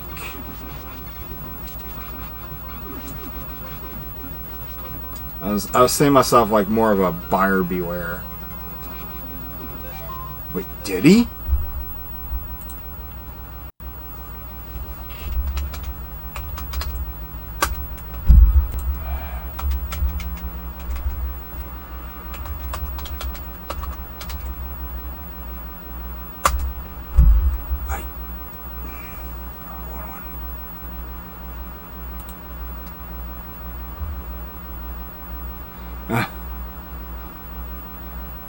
How do we just get rid of that on general? Alright.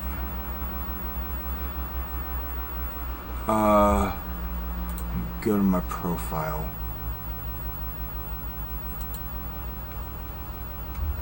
Look at my friends.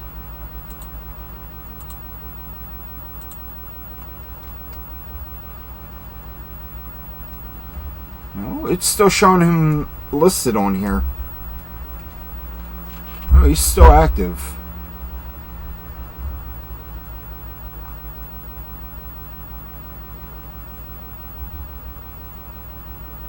Well, not active, but he's a verified account.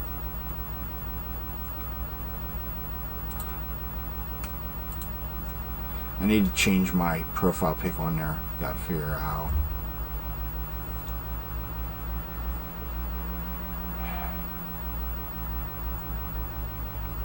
I'm a junior verified member, but yeah.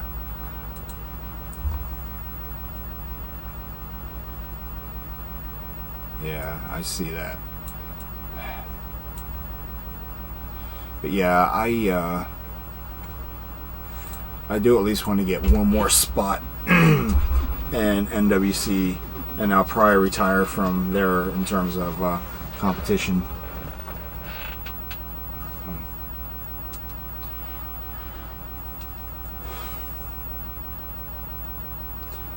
What happened, I don't know, but like right now, I just practice on this. Yeah, I also grabbed this as well, Mega. I grabbed EverDrive N8.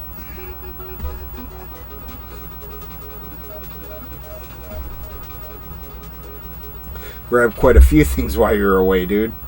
By the way, I believe you said you moved not too long ago. How's that going for you?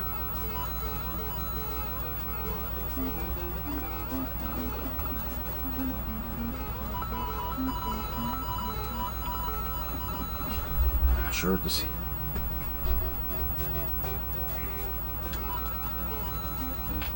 Well, are you done with it yet, Core? If so, I want to see it. I could try to make it fit in here. I mean, there is a fit the screen ratio on here, so, or option. Should be back to streaming in 10 days. Nice. Yeah. Man, July. Well, I'm not worried about the logo at the moment. Let's just see what it looks like now. And then we'll go from there.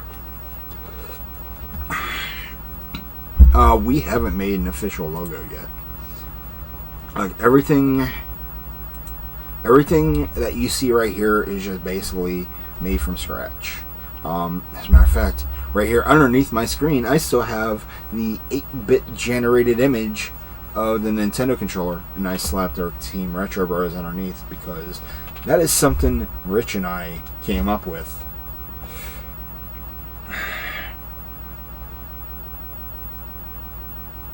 So I will carry that part of legacy for the rest of my life. Make you a logo style. I mean, you can if you want. I mean,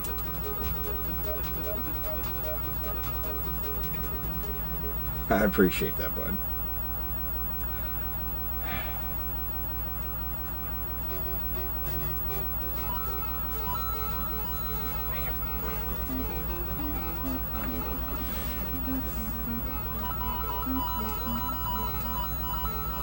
See how bad I am at this game tonight.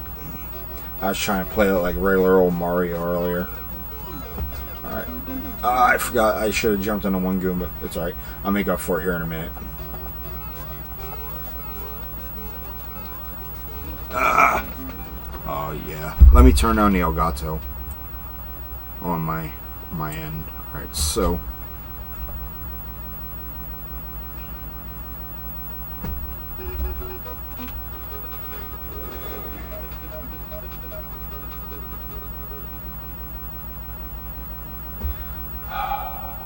put it on course tab.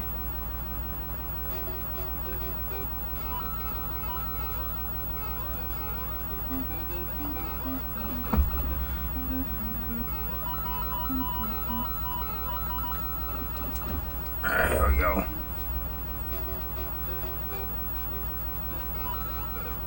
I mean, don't get me wrong, I love playing this game, but I'm to the point, you know, I'm in the top 5 position on Twin Galaxies. I mean, it's not going to get any better than that.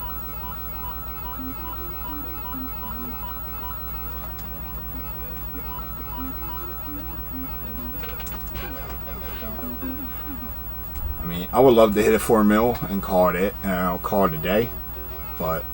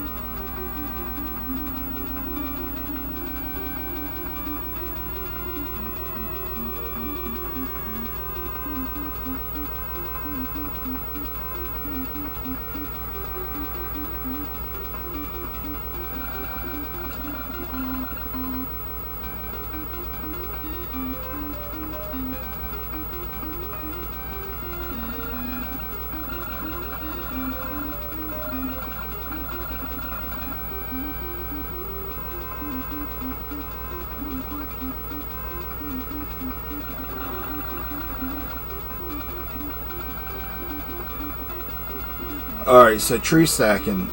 Basically, you do Tetris building in the form of a tree, and then you break it down from there. It's an interesting concept, but it's really difficult if you don't know what you're doing.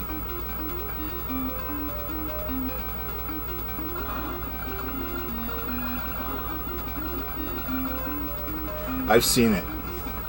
It's interesting. That's right. I had a feeling that one's going to shift.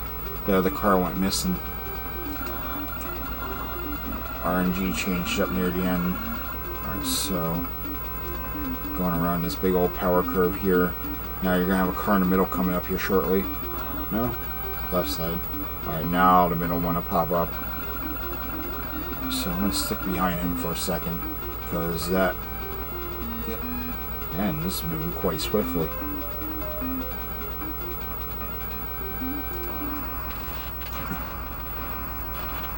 Yeah.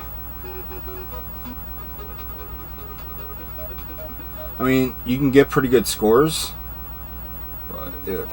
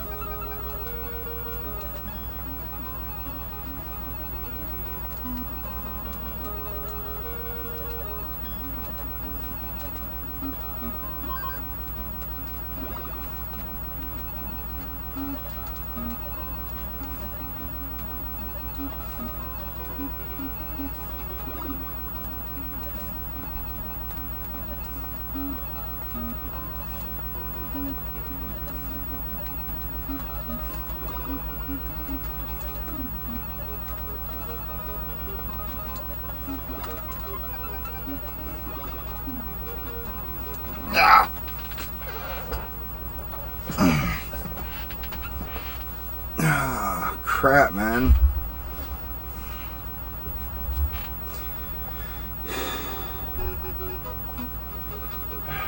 Like, I've been out of this part of the game for so long. So I think what I'm going to do here in a little while as well, I need to find all those PSP games that I bought off that lady a few weeks ago. I want to work on them.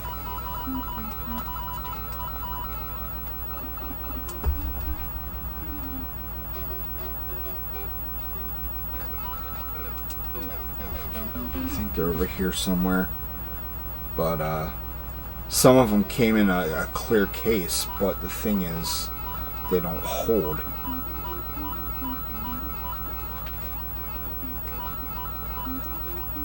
So I got a simple solution for that.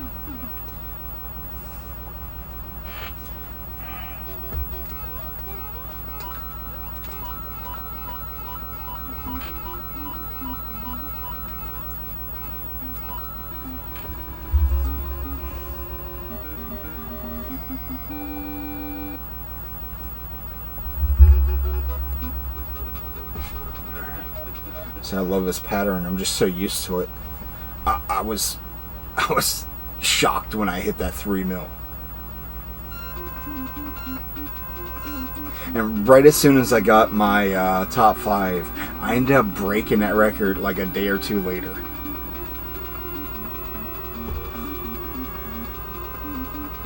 I think it's 3.29 million that I have right now on TG, but now I have like a higher score of 3.66.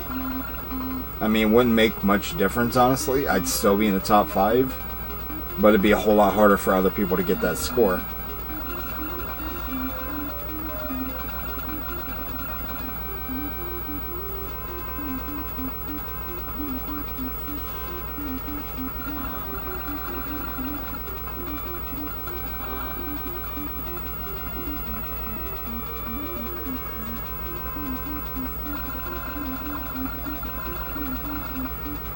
After this one, we'll do the retro repair.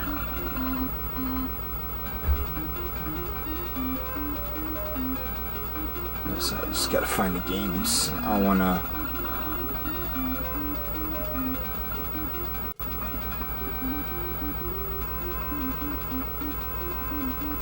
But like, whoever had games before me must have replaced the game shells, like the casings around the UMDs, because some are clear, but they just don't hold.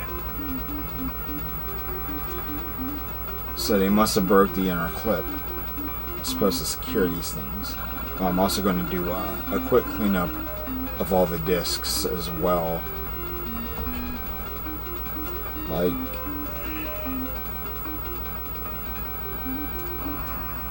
some of the games that I bought off of her were worth much more than I actually offered, but she just wanted to get rid of them, and GameStop wasn't going to give her shit to begin with, because they don't even take them.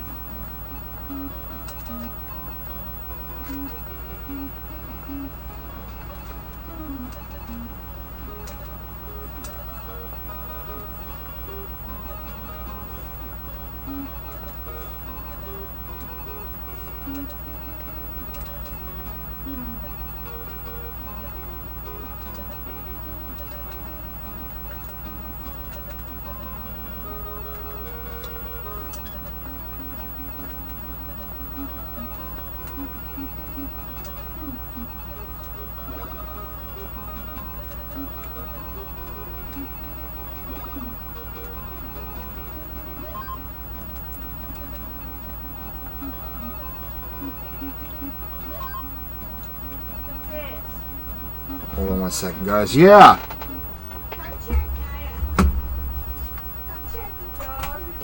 Why?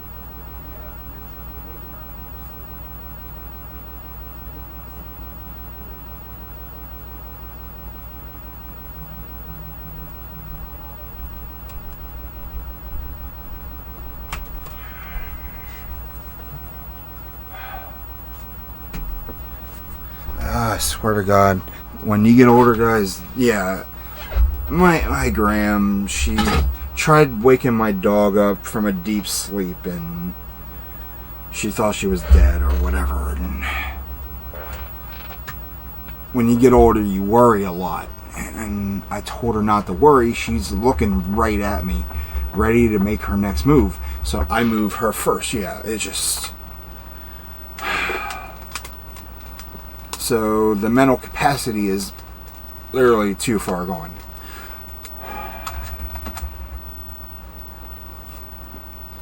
Like, trust me. Yeah. Alright, so I'm going to do one more thing before we get off here. So I did some retro. Did the AEW review. Let me find my PSP games that I just recently purchased. There they are. There we go. So,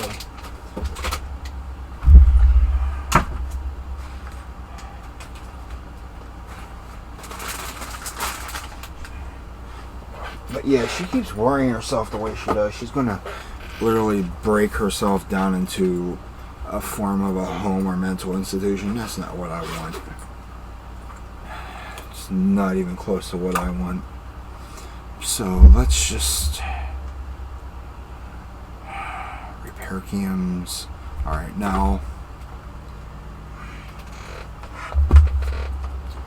I'll show you what's going on with these things.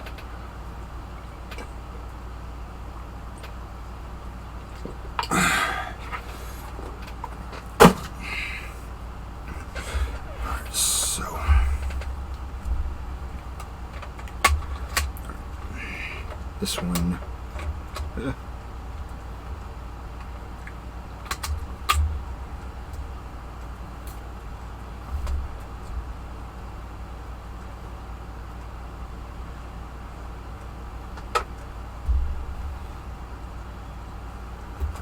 Also need the toolkit. I don't repair humans. I can rehab you, but repairs, yeah, that's totally different concept. So these are easy to do. Done it before. You just gotta be really careful. So one wrong move and it will scratch the disc. So we will actually use this one.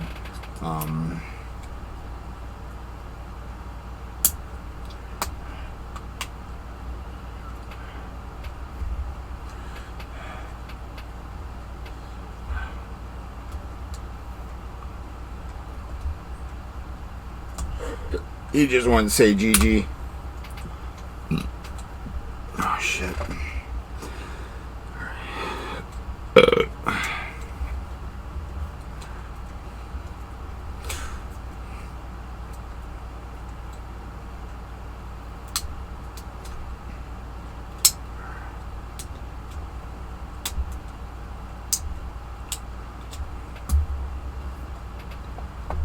Who am I? Alright, so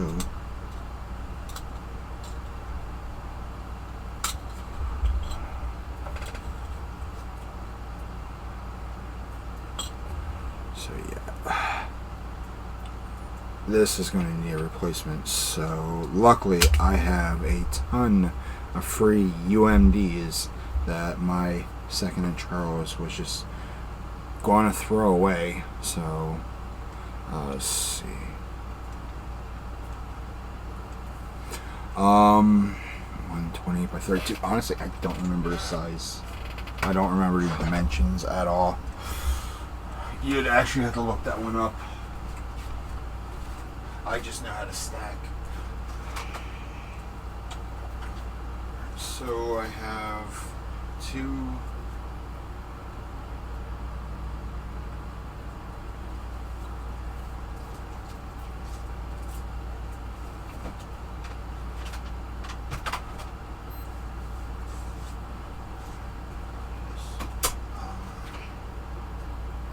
Family Guy, Blue Harvest. I love that one. I have 3 copies of this Jet Li movie.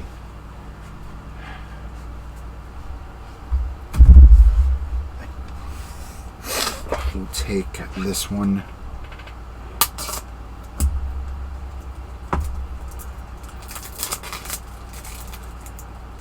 If you have a mini disc recorder, that I do not have. Never owned one. I heard about them, but I only have a PSP, so.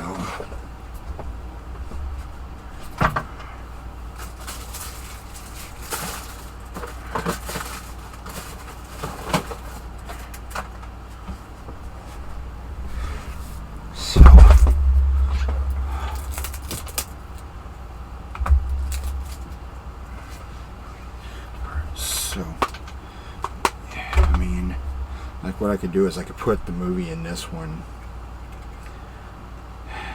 and then just keep it safe in here, but I am missing something and it's fine.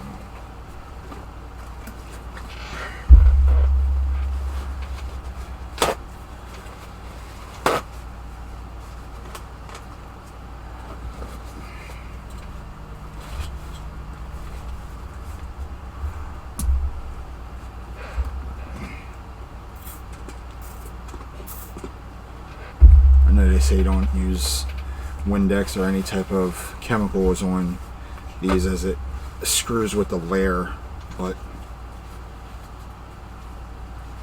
honestly at this point I'm not too concerned with that.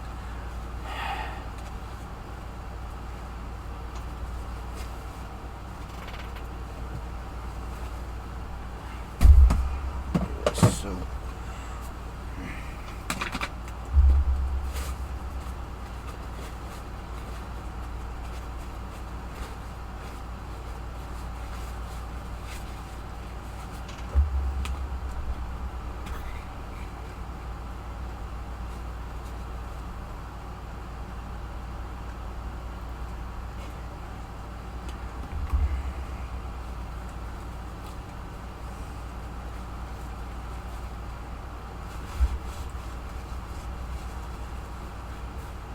and of course I ran out of sham cloths,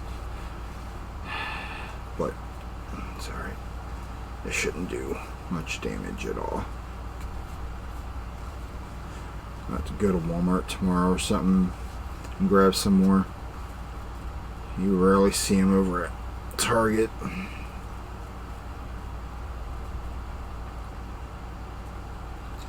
Recent TikTok. Nice.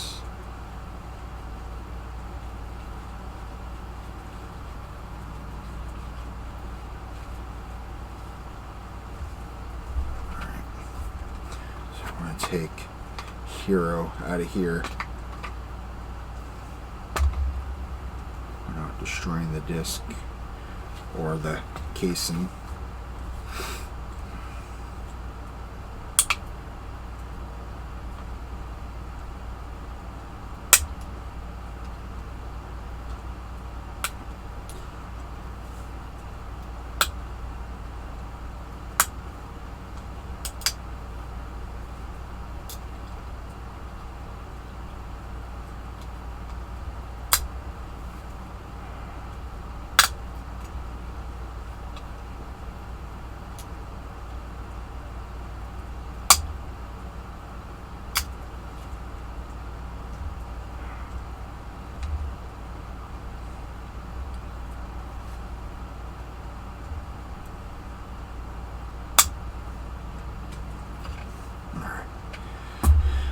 Just like that.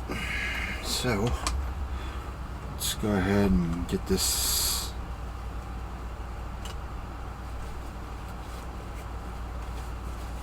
oh oh man.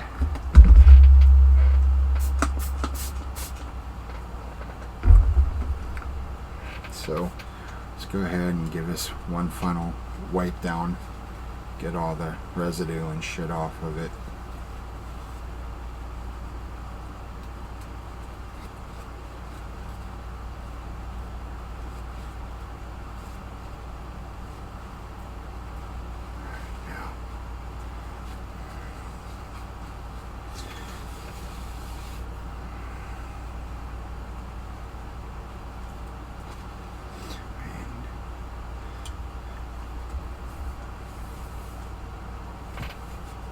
Now, I'll just use this since this stuff is literally just garbage. I'm just going to throw it away because, like I said, garbage.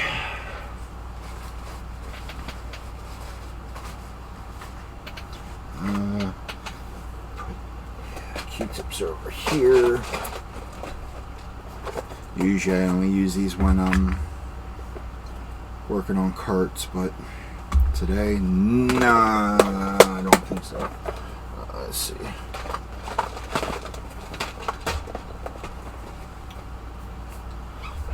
So,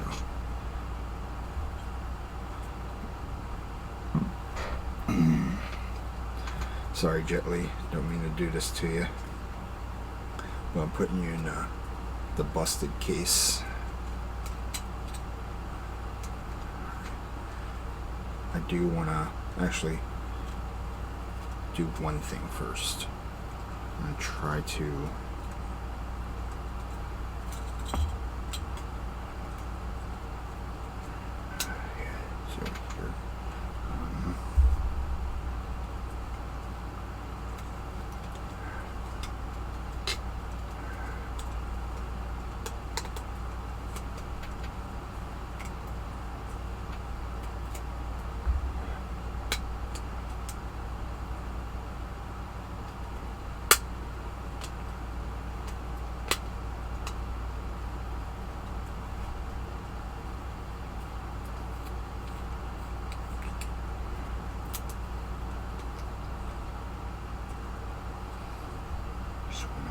I'll just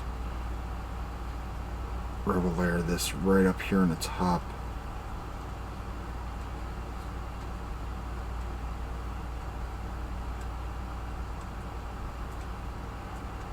What I want it to do now is see if I can push it in. Well, jamming it too hard.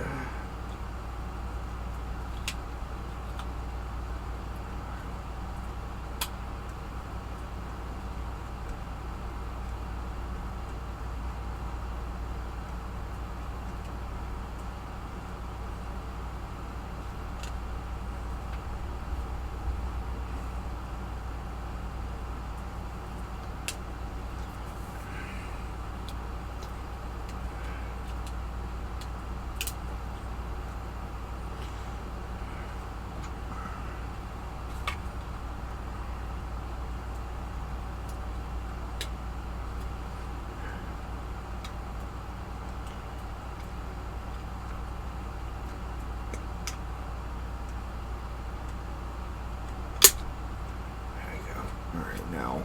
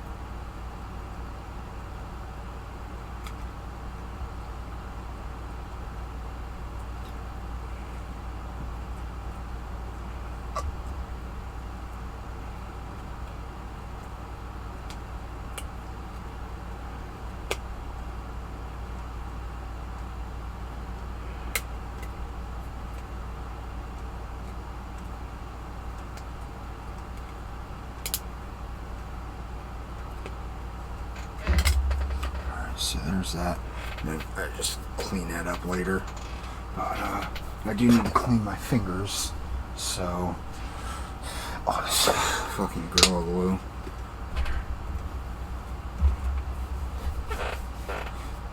There's 4 kinds of blocks. Yeah. Alright, so there's this circle which looks like a square. Then there's the L. And then there's the S and Z blocks. Oh wait, the 5th piece, the T. Forgot the T. So 5 pieces. And everything's reversed. So it's actually a series of...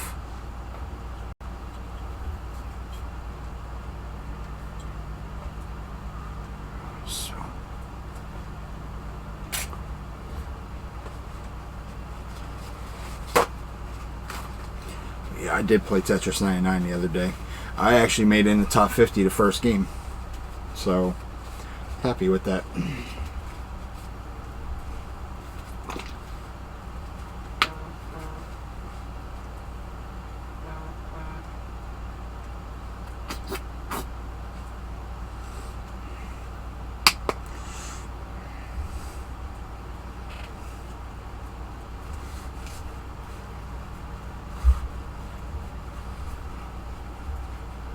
The fact I'm using New Finish Scratch Doctor, stuff that you use for your car, it's actually legit for this, honestly. Some folks say don't, I say do.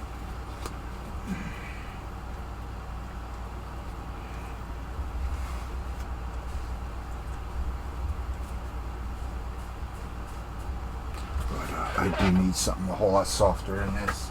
So, give me 1 second, guys.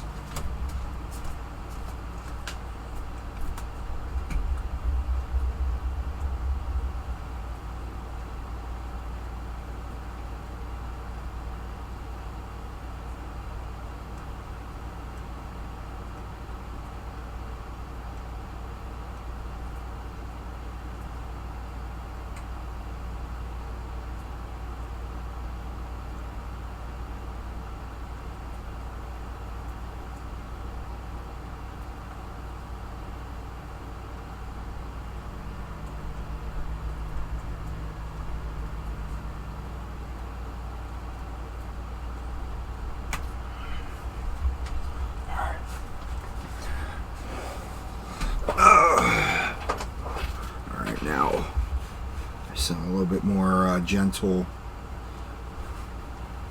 than just paper towel. Leaves no scratches behind. Sadly, there's enough scratches on here as is, so that really sucks. But in the end, hey, I got a shiny disc. Super shiny. Shiny like mine.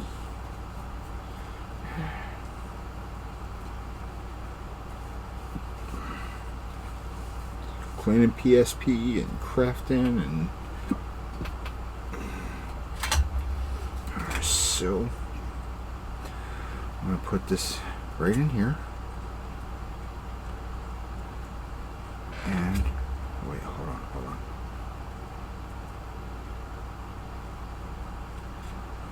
There we go. Alright.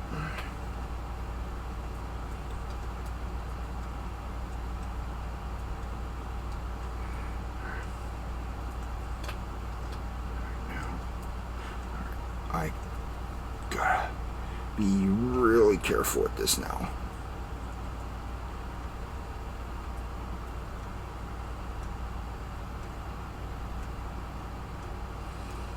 Just want to get on the edges enough to where I can close this in and it'll lock. Because after this, I won't be doing this ever again. Not with this game. Let's see. Also, do quick lock down at the bottom as well.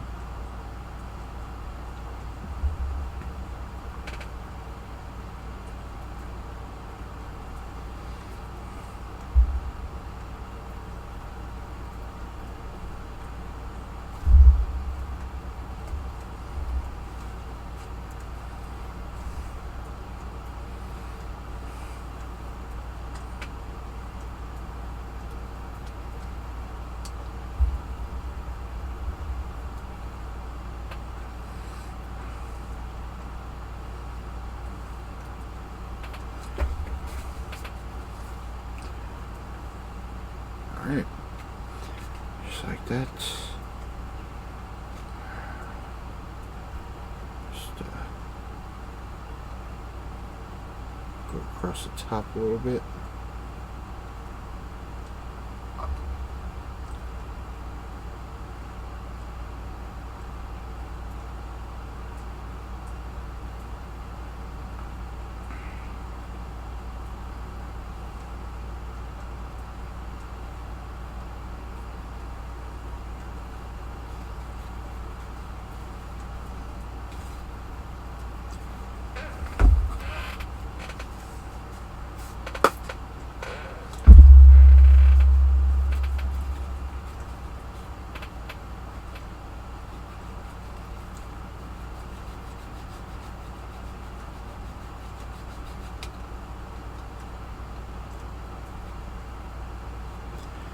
Do have to be careful though.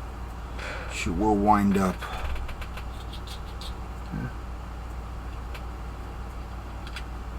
Some errors, so let's see. See if we can get this UMD to spin. Oh, it moves. That's good. That's Well, it mattered. Alright, now.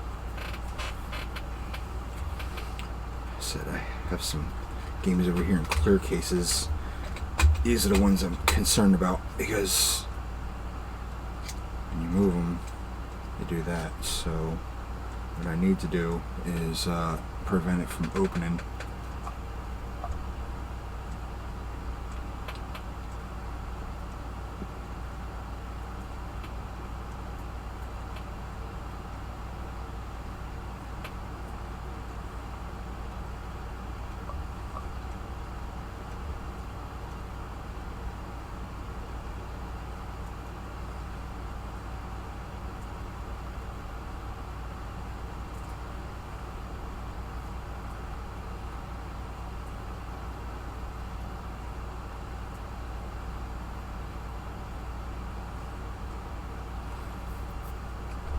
Oh, nice.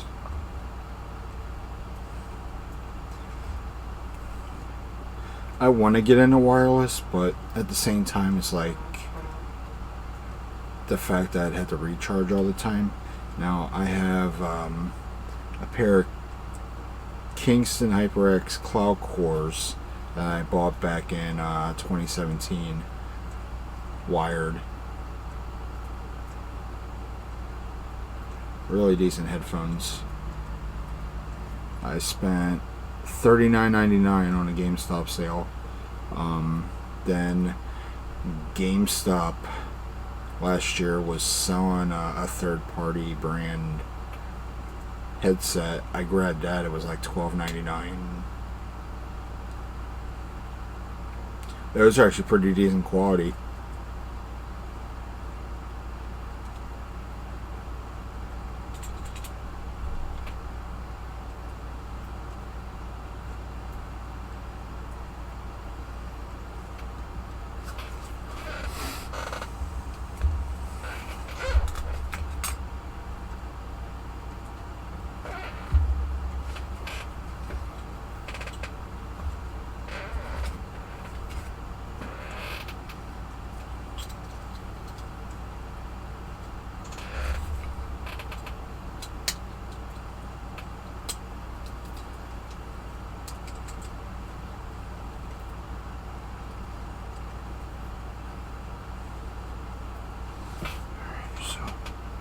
I'll do is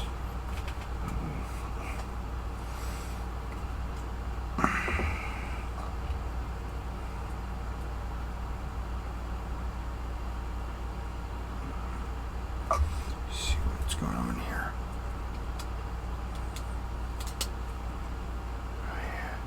So I gotta lift this up a tad bit or find a way to get this thing off here so I can like clamp it down. Try and do this without breaking the entire piece off.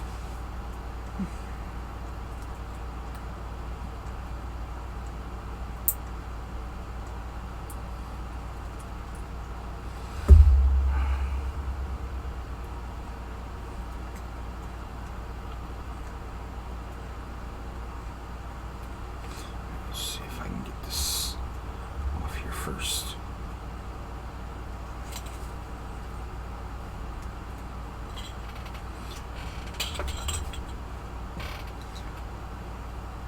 Caution. Gorilla Glue is seriously sticky.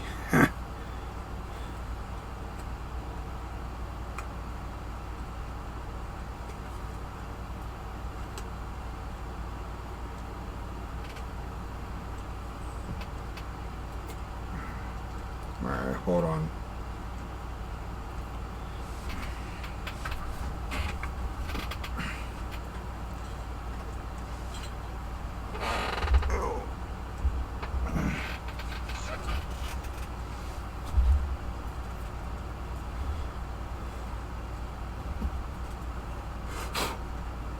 Oh, I'm not fucked.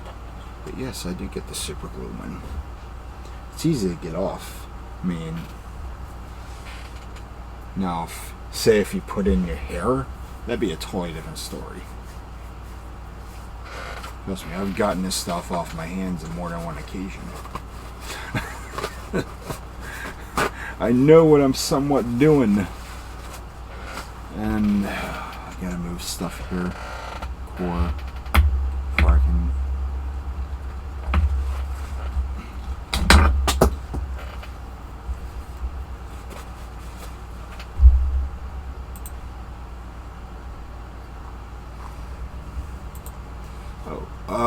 Well, colors and colors.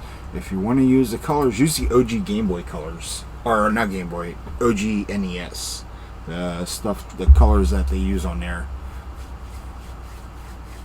So I'm gonna do this as well.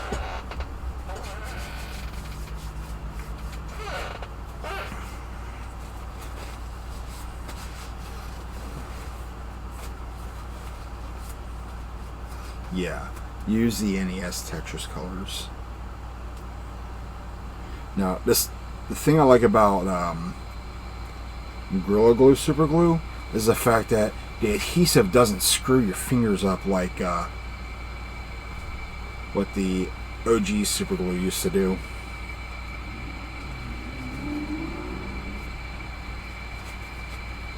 I mean, it still sticks to you, but it just doesn't do any permanent damage unless you keep it there long enough. So here's what I do. Instead of brushing, I will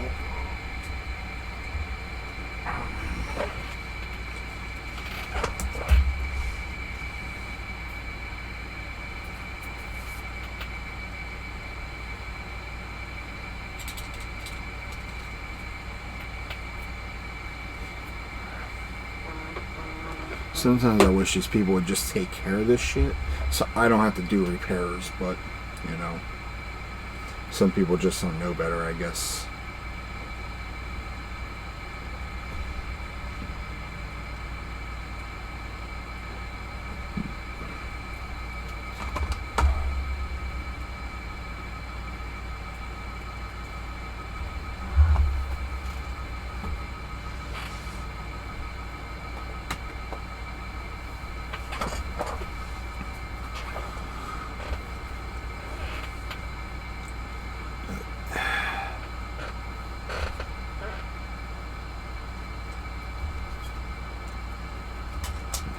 I'm just going to get rid of this one.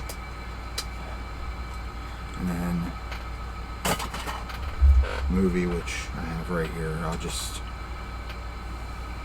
I'll keep the movie, but I just got to find a clear case for it down the road. Sorry, Jet Li. I still have one more copy of you left, but I will keep that one so I can watch.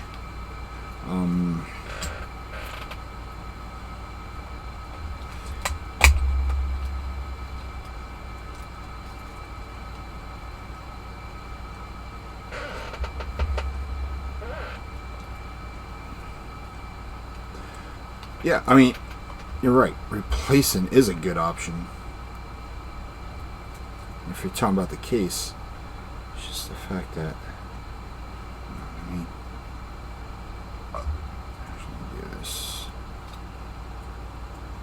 this is dirty, so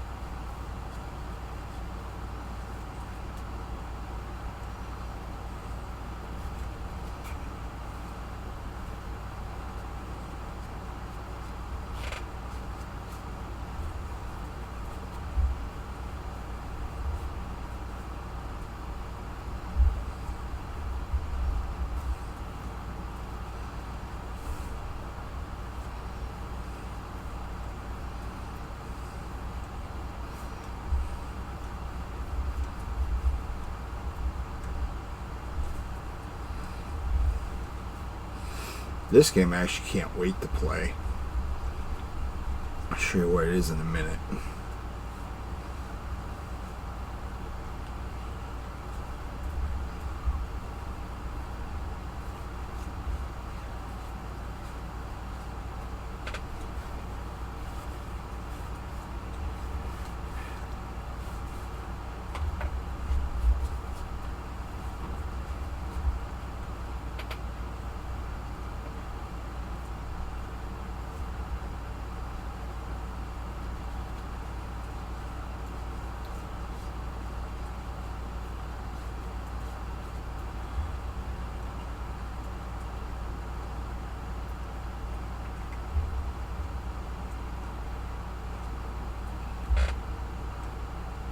You mean to tell me this little camera right here has a whole lot better picture quality than this one over here?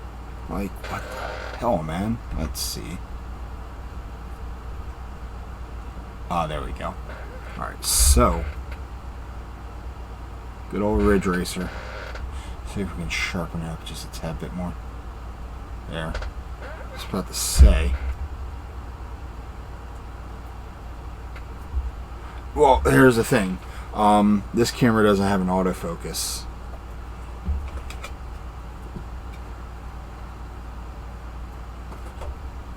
So yeah, there's that.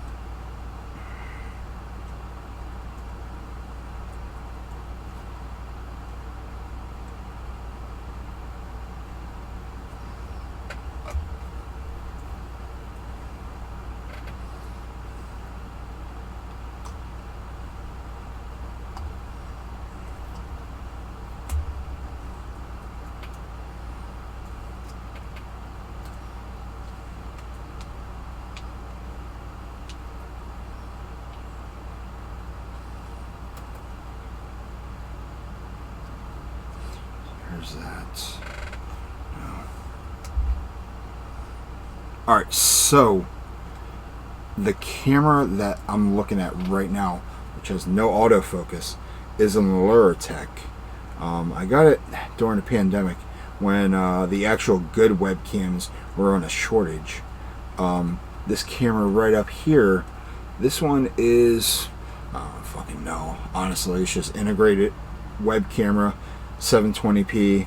The only reason I say all that is because, well, it was in one of them Walmart bins where they have like all that cheap generic shit that comes from overseas.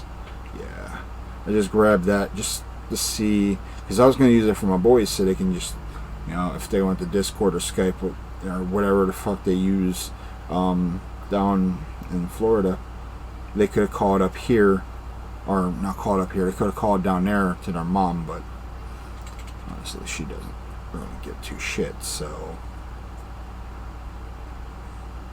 I just use it for all this. But there's no software whatsoever.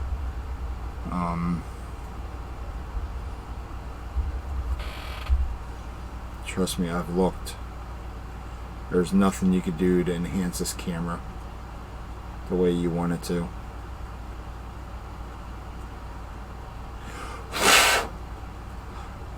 No, they're VGA. And yes, that was the thing back then. But yeah, they're all USB and they're US crap.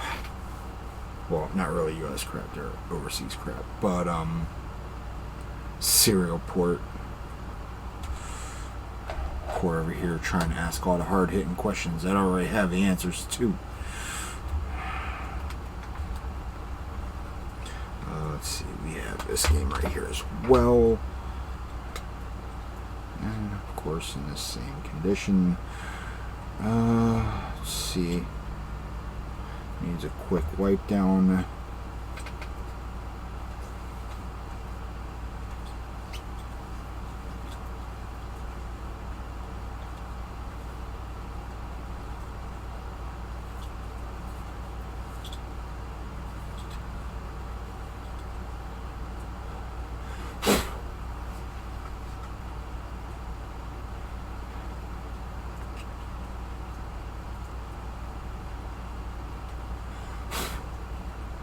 I don't know about you guys, but we need to vote Nightbot for partner. He needs to stream more often instead of hanging out in here.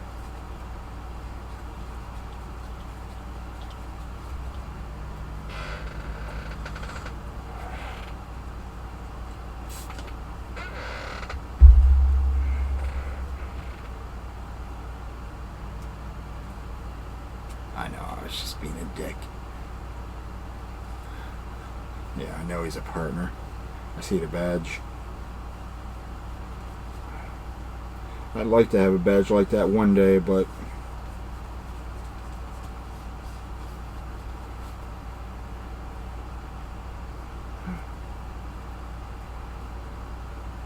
Twitch probably be like, you don't fit the description. The fuck do you know?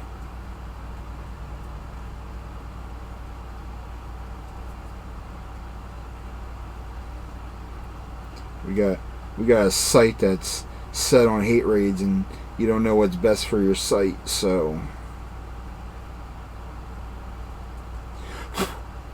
I've been here since almost day one. As a matter of fact, I'm a JTV original.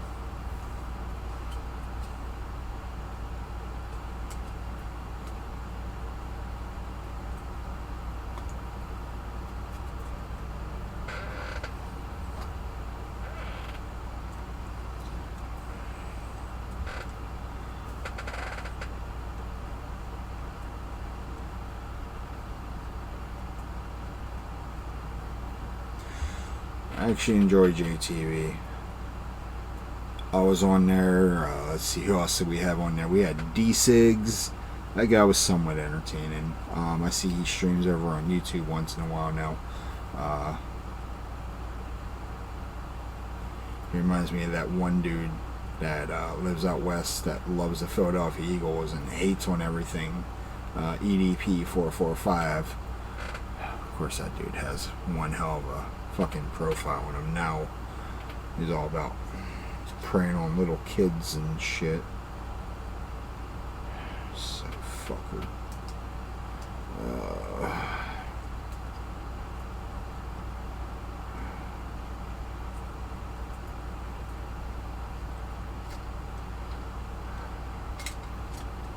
No. Get back in there. Oh shit.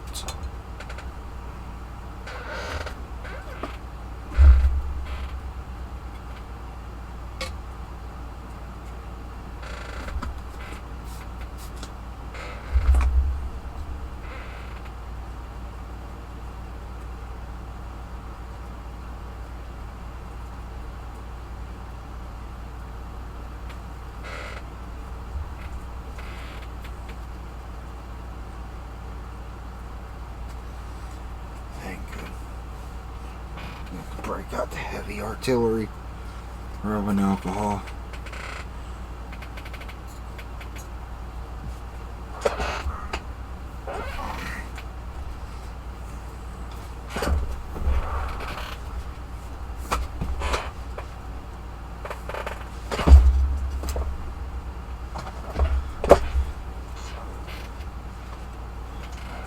Ain't gonna work. Secondary Q-tip stat.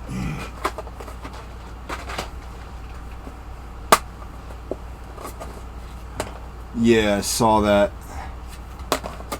Yeah, he had a little history himself.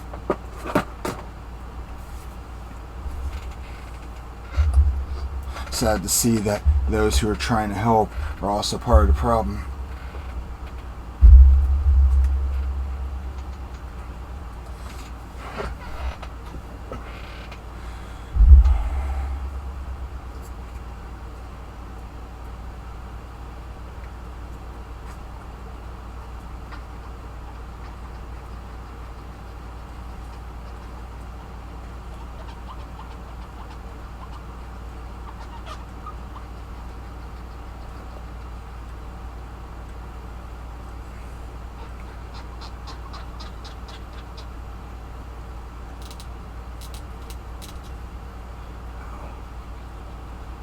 Fucked up with this one.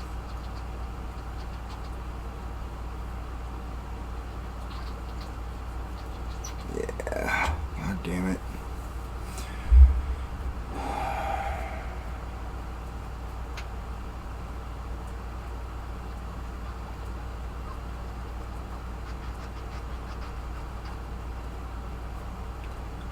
actually through.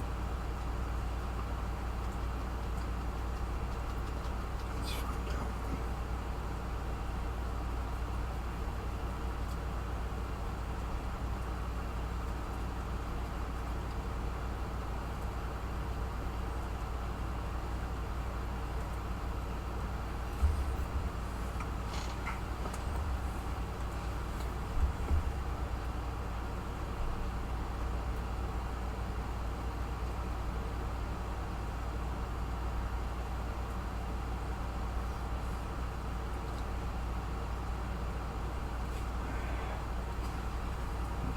This up here. Alright.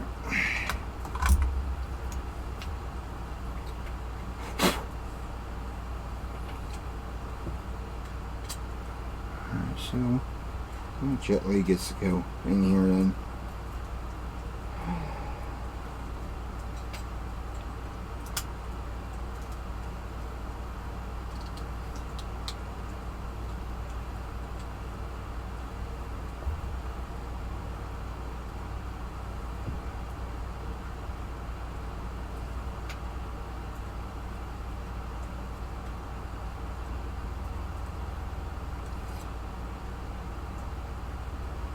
I mean, their issue was they wanted to become famous by trying to be another wannabe Chris Hansen, and well, in the end, it bit him in the ass.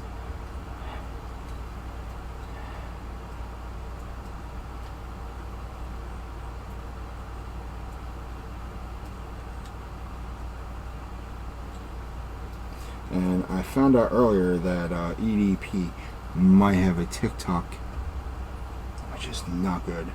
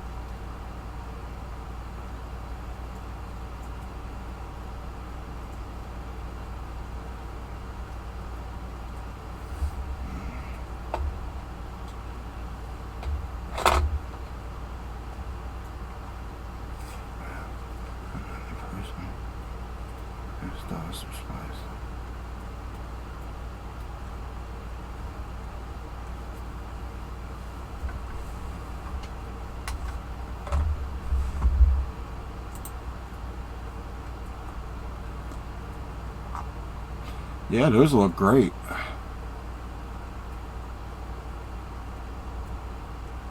Now if you want, you could try to make the ones that look kind of cyan-like a little bit dark blue. If you got a, you'd have to.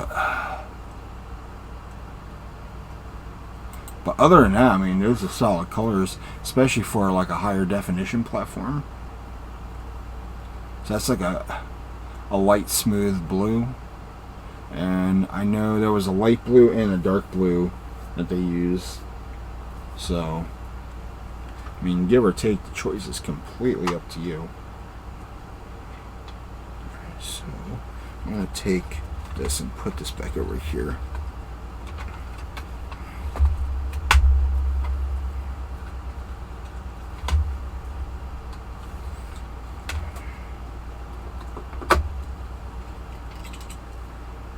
I actually can't wait to try this one out soon. Wipeout Pure. Now, I am a big Wipeout fan. I remember when Wipeout surfaced on both the Nintendo 64 and the PS1 back in the 90s, and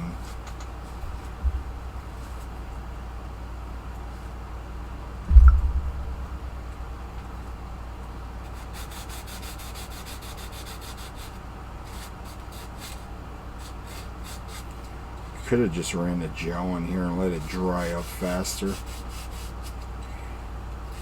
Looks like it did a little cosmetic damage, but nothing to worry, or nothing to be worrisome about.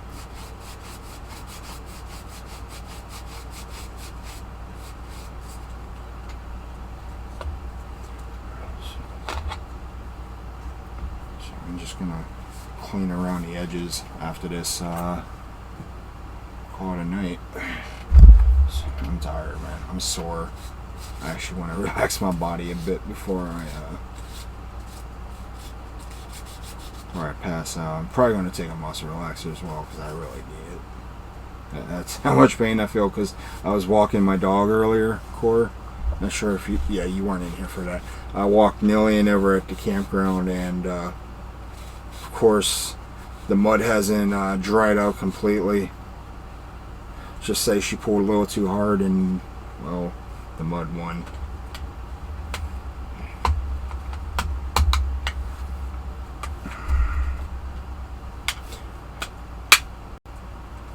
Hot tub stream.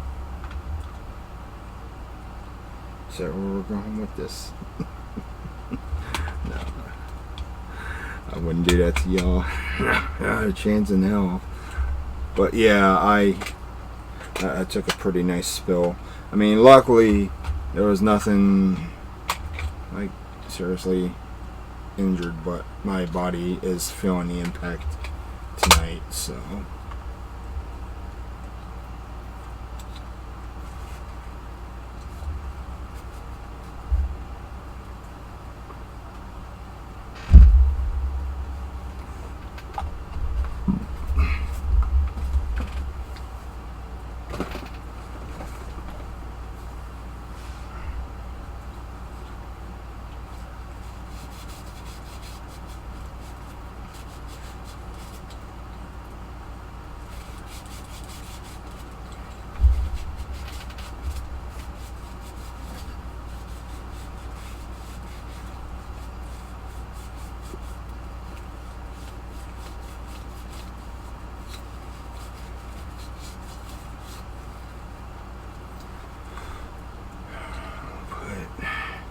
This right here. Actually, no. We'll put it over here. We're going to put it back in its box. It's going to look as bootleg as can be with its new clear casing. Alright, so here, Jet Li, you're going to hang out in here and take continual Q-tips, put it back.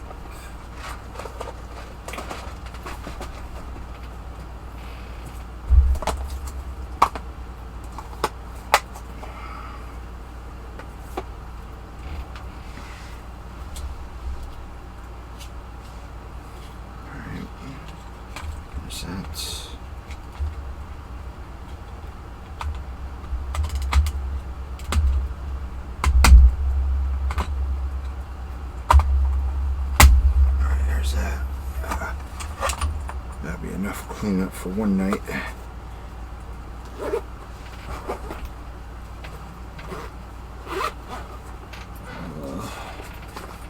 Put these right here.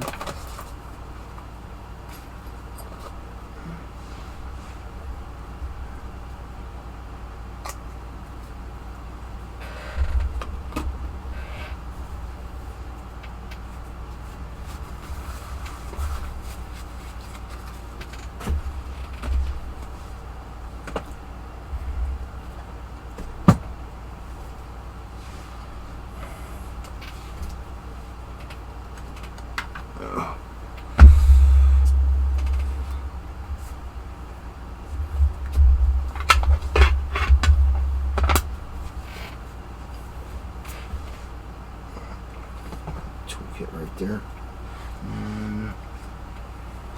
Let's see what we got on Twitch tonight.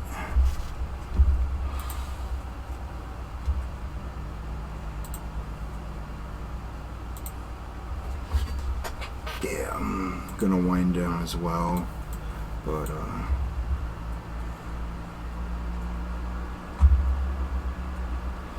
we'll do a quick raid real quick and then go from there. So who's in my retro section tonight? What's she playing? Alright. Oh. Alright, so we're gonna check out What's Her Face. She is doing some Mega Man, or she's calling it tonight Mega Mandy Monday. Oh, dude, it's alright. Just for if there's some extra folks our way. So, you guys have a good night. Stay safe. And as always, thanks for watching. Peace out.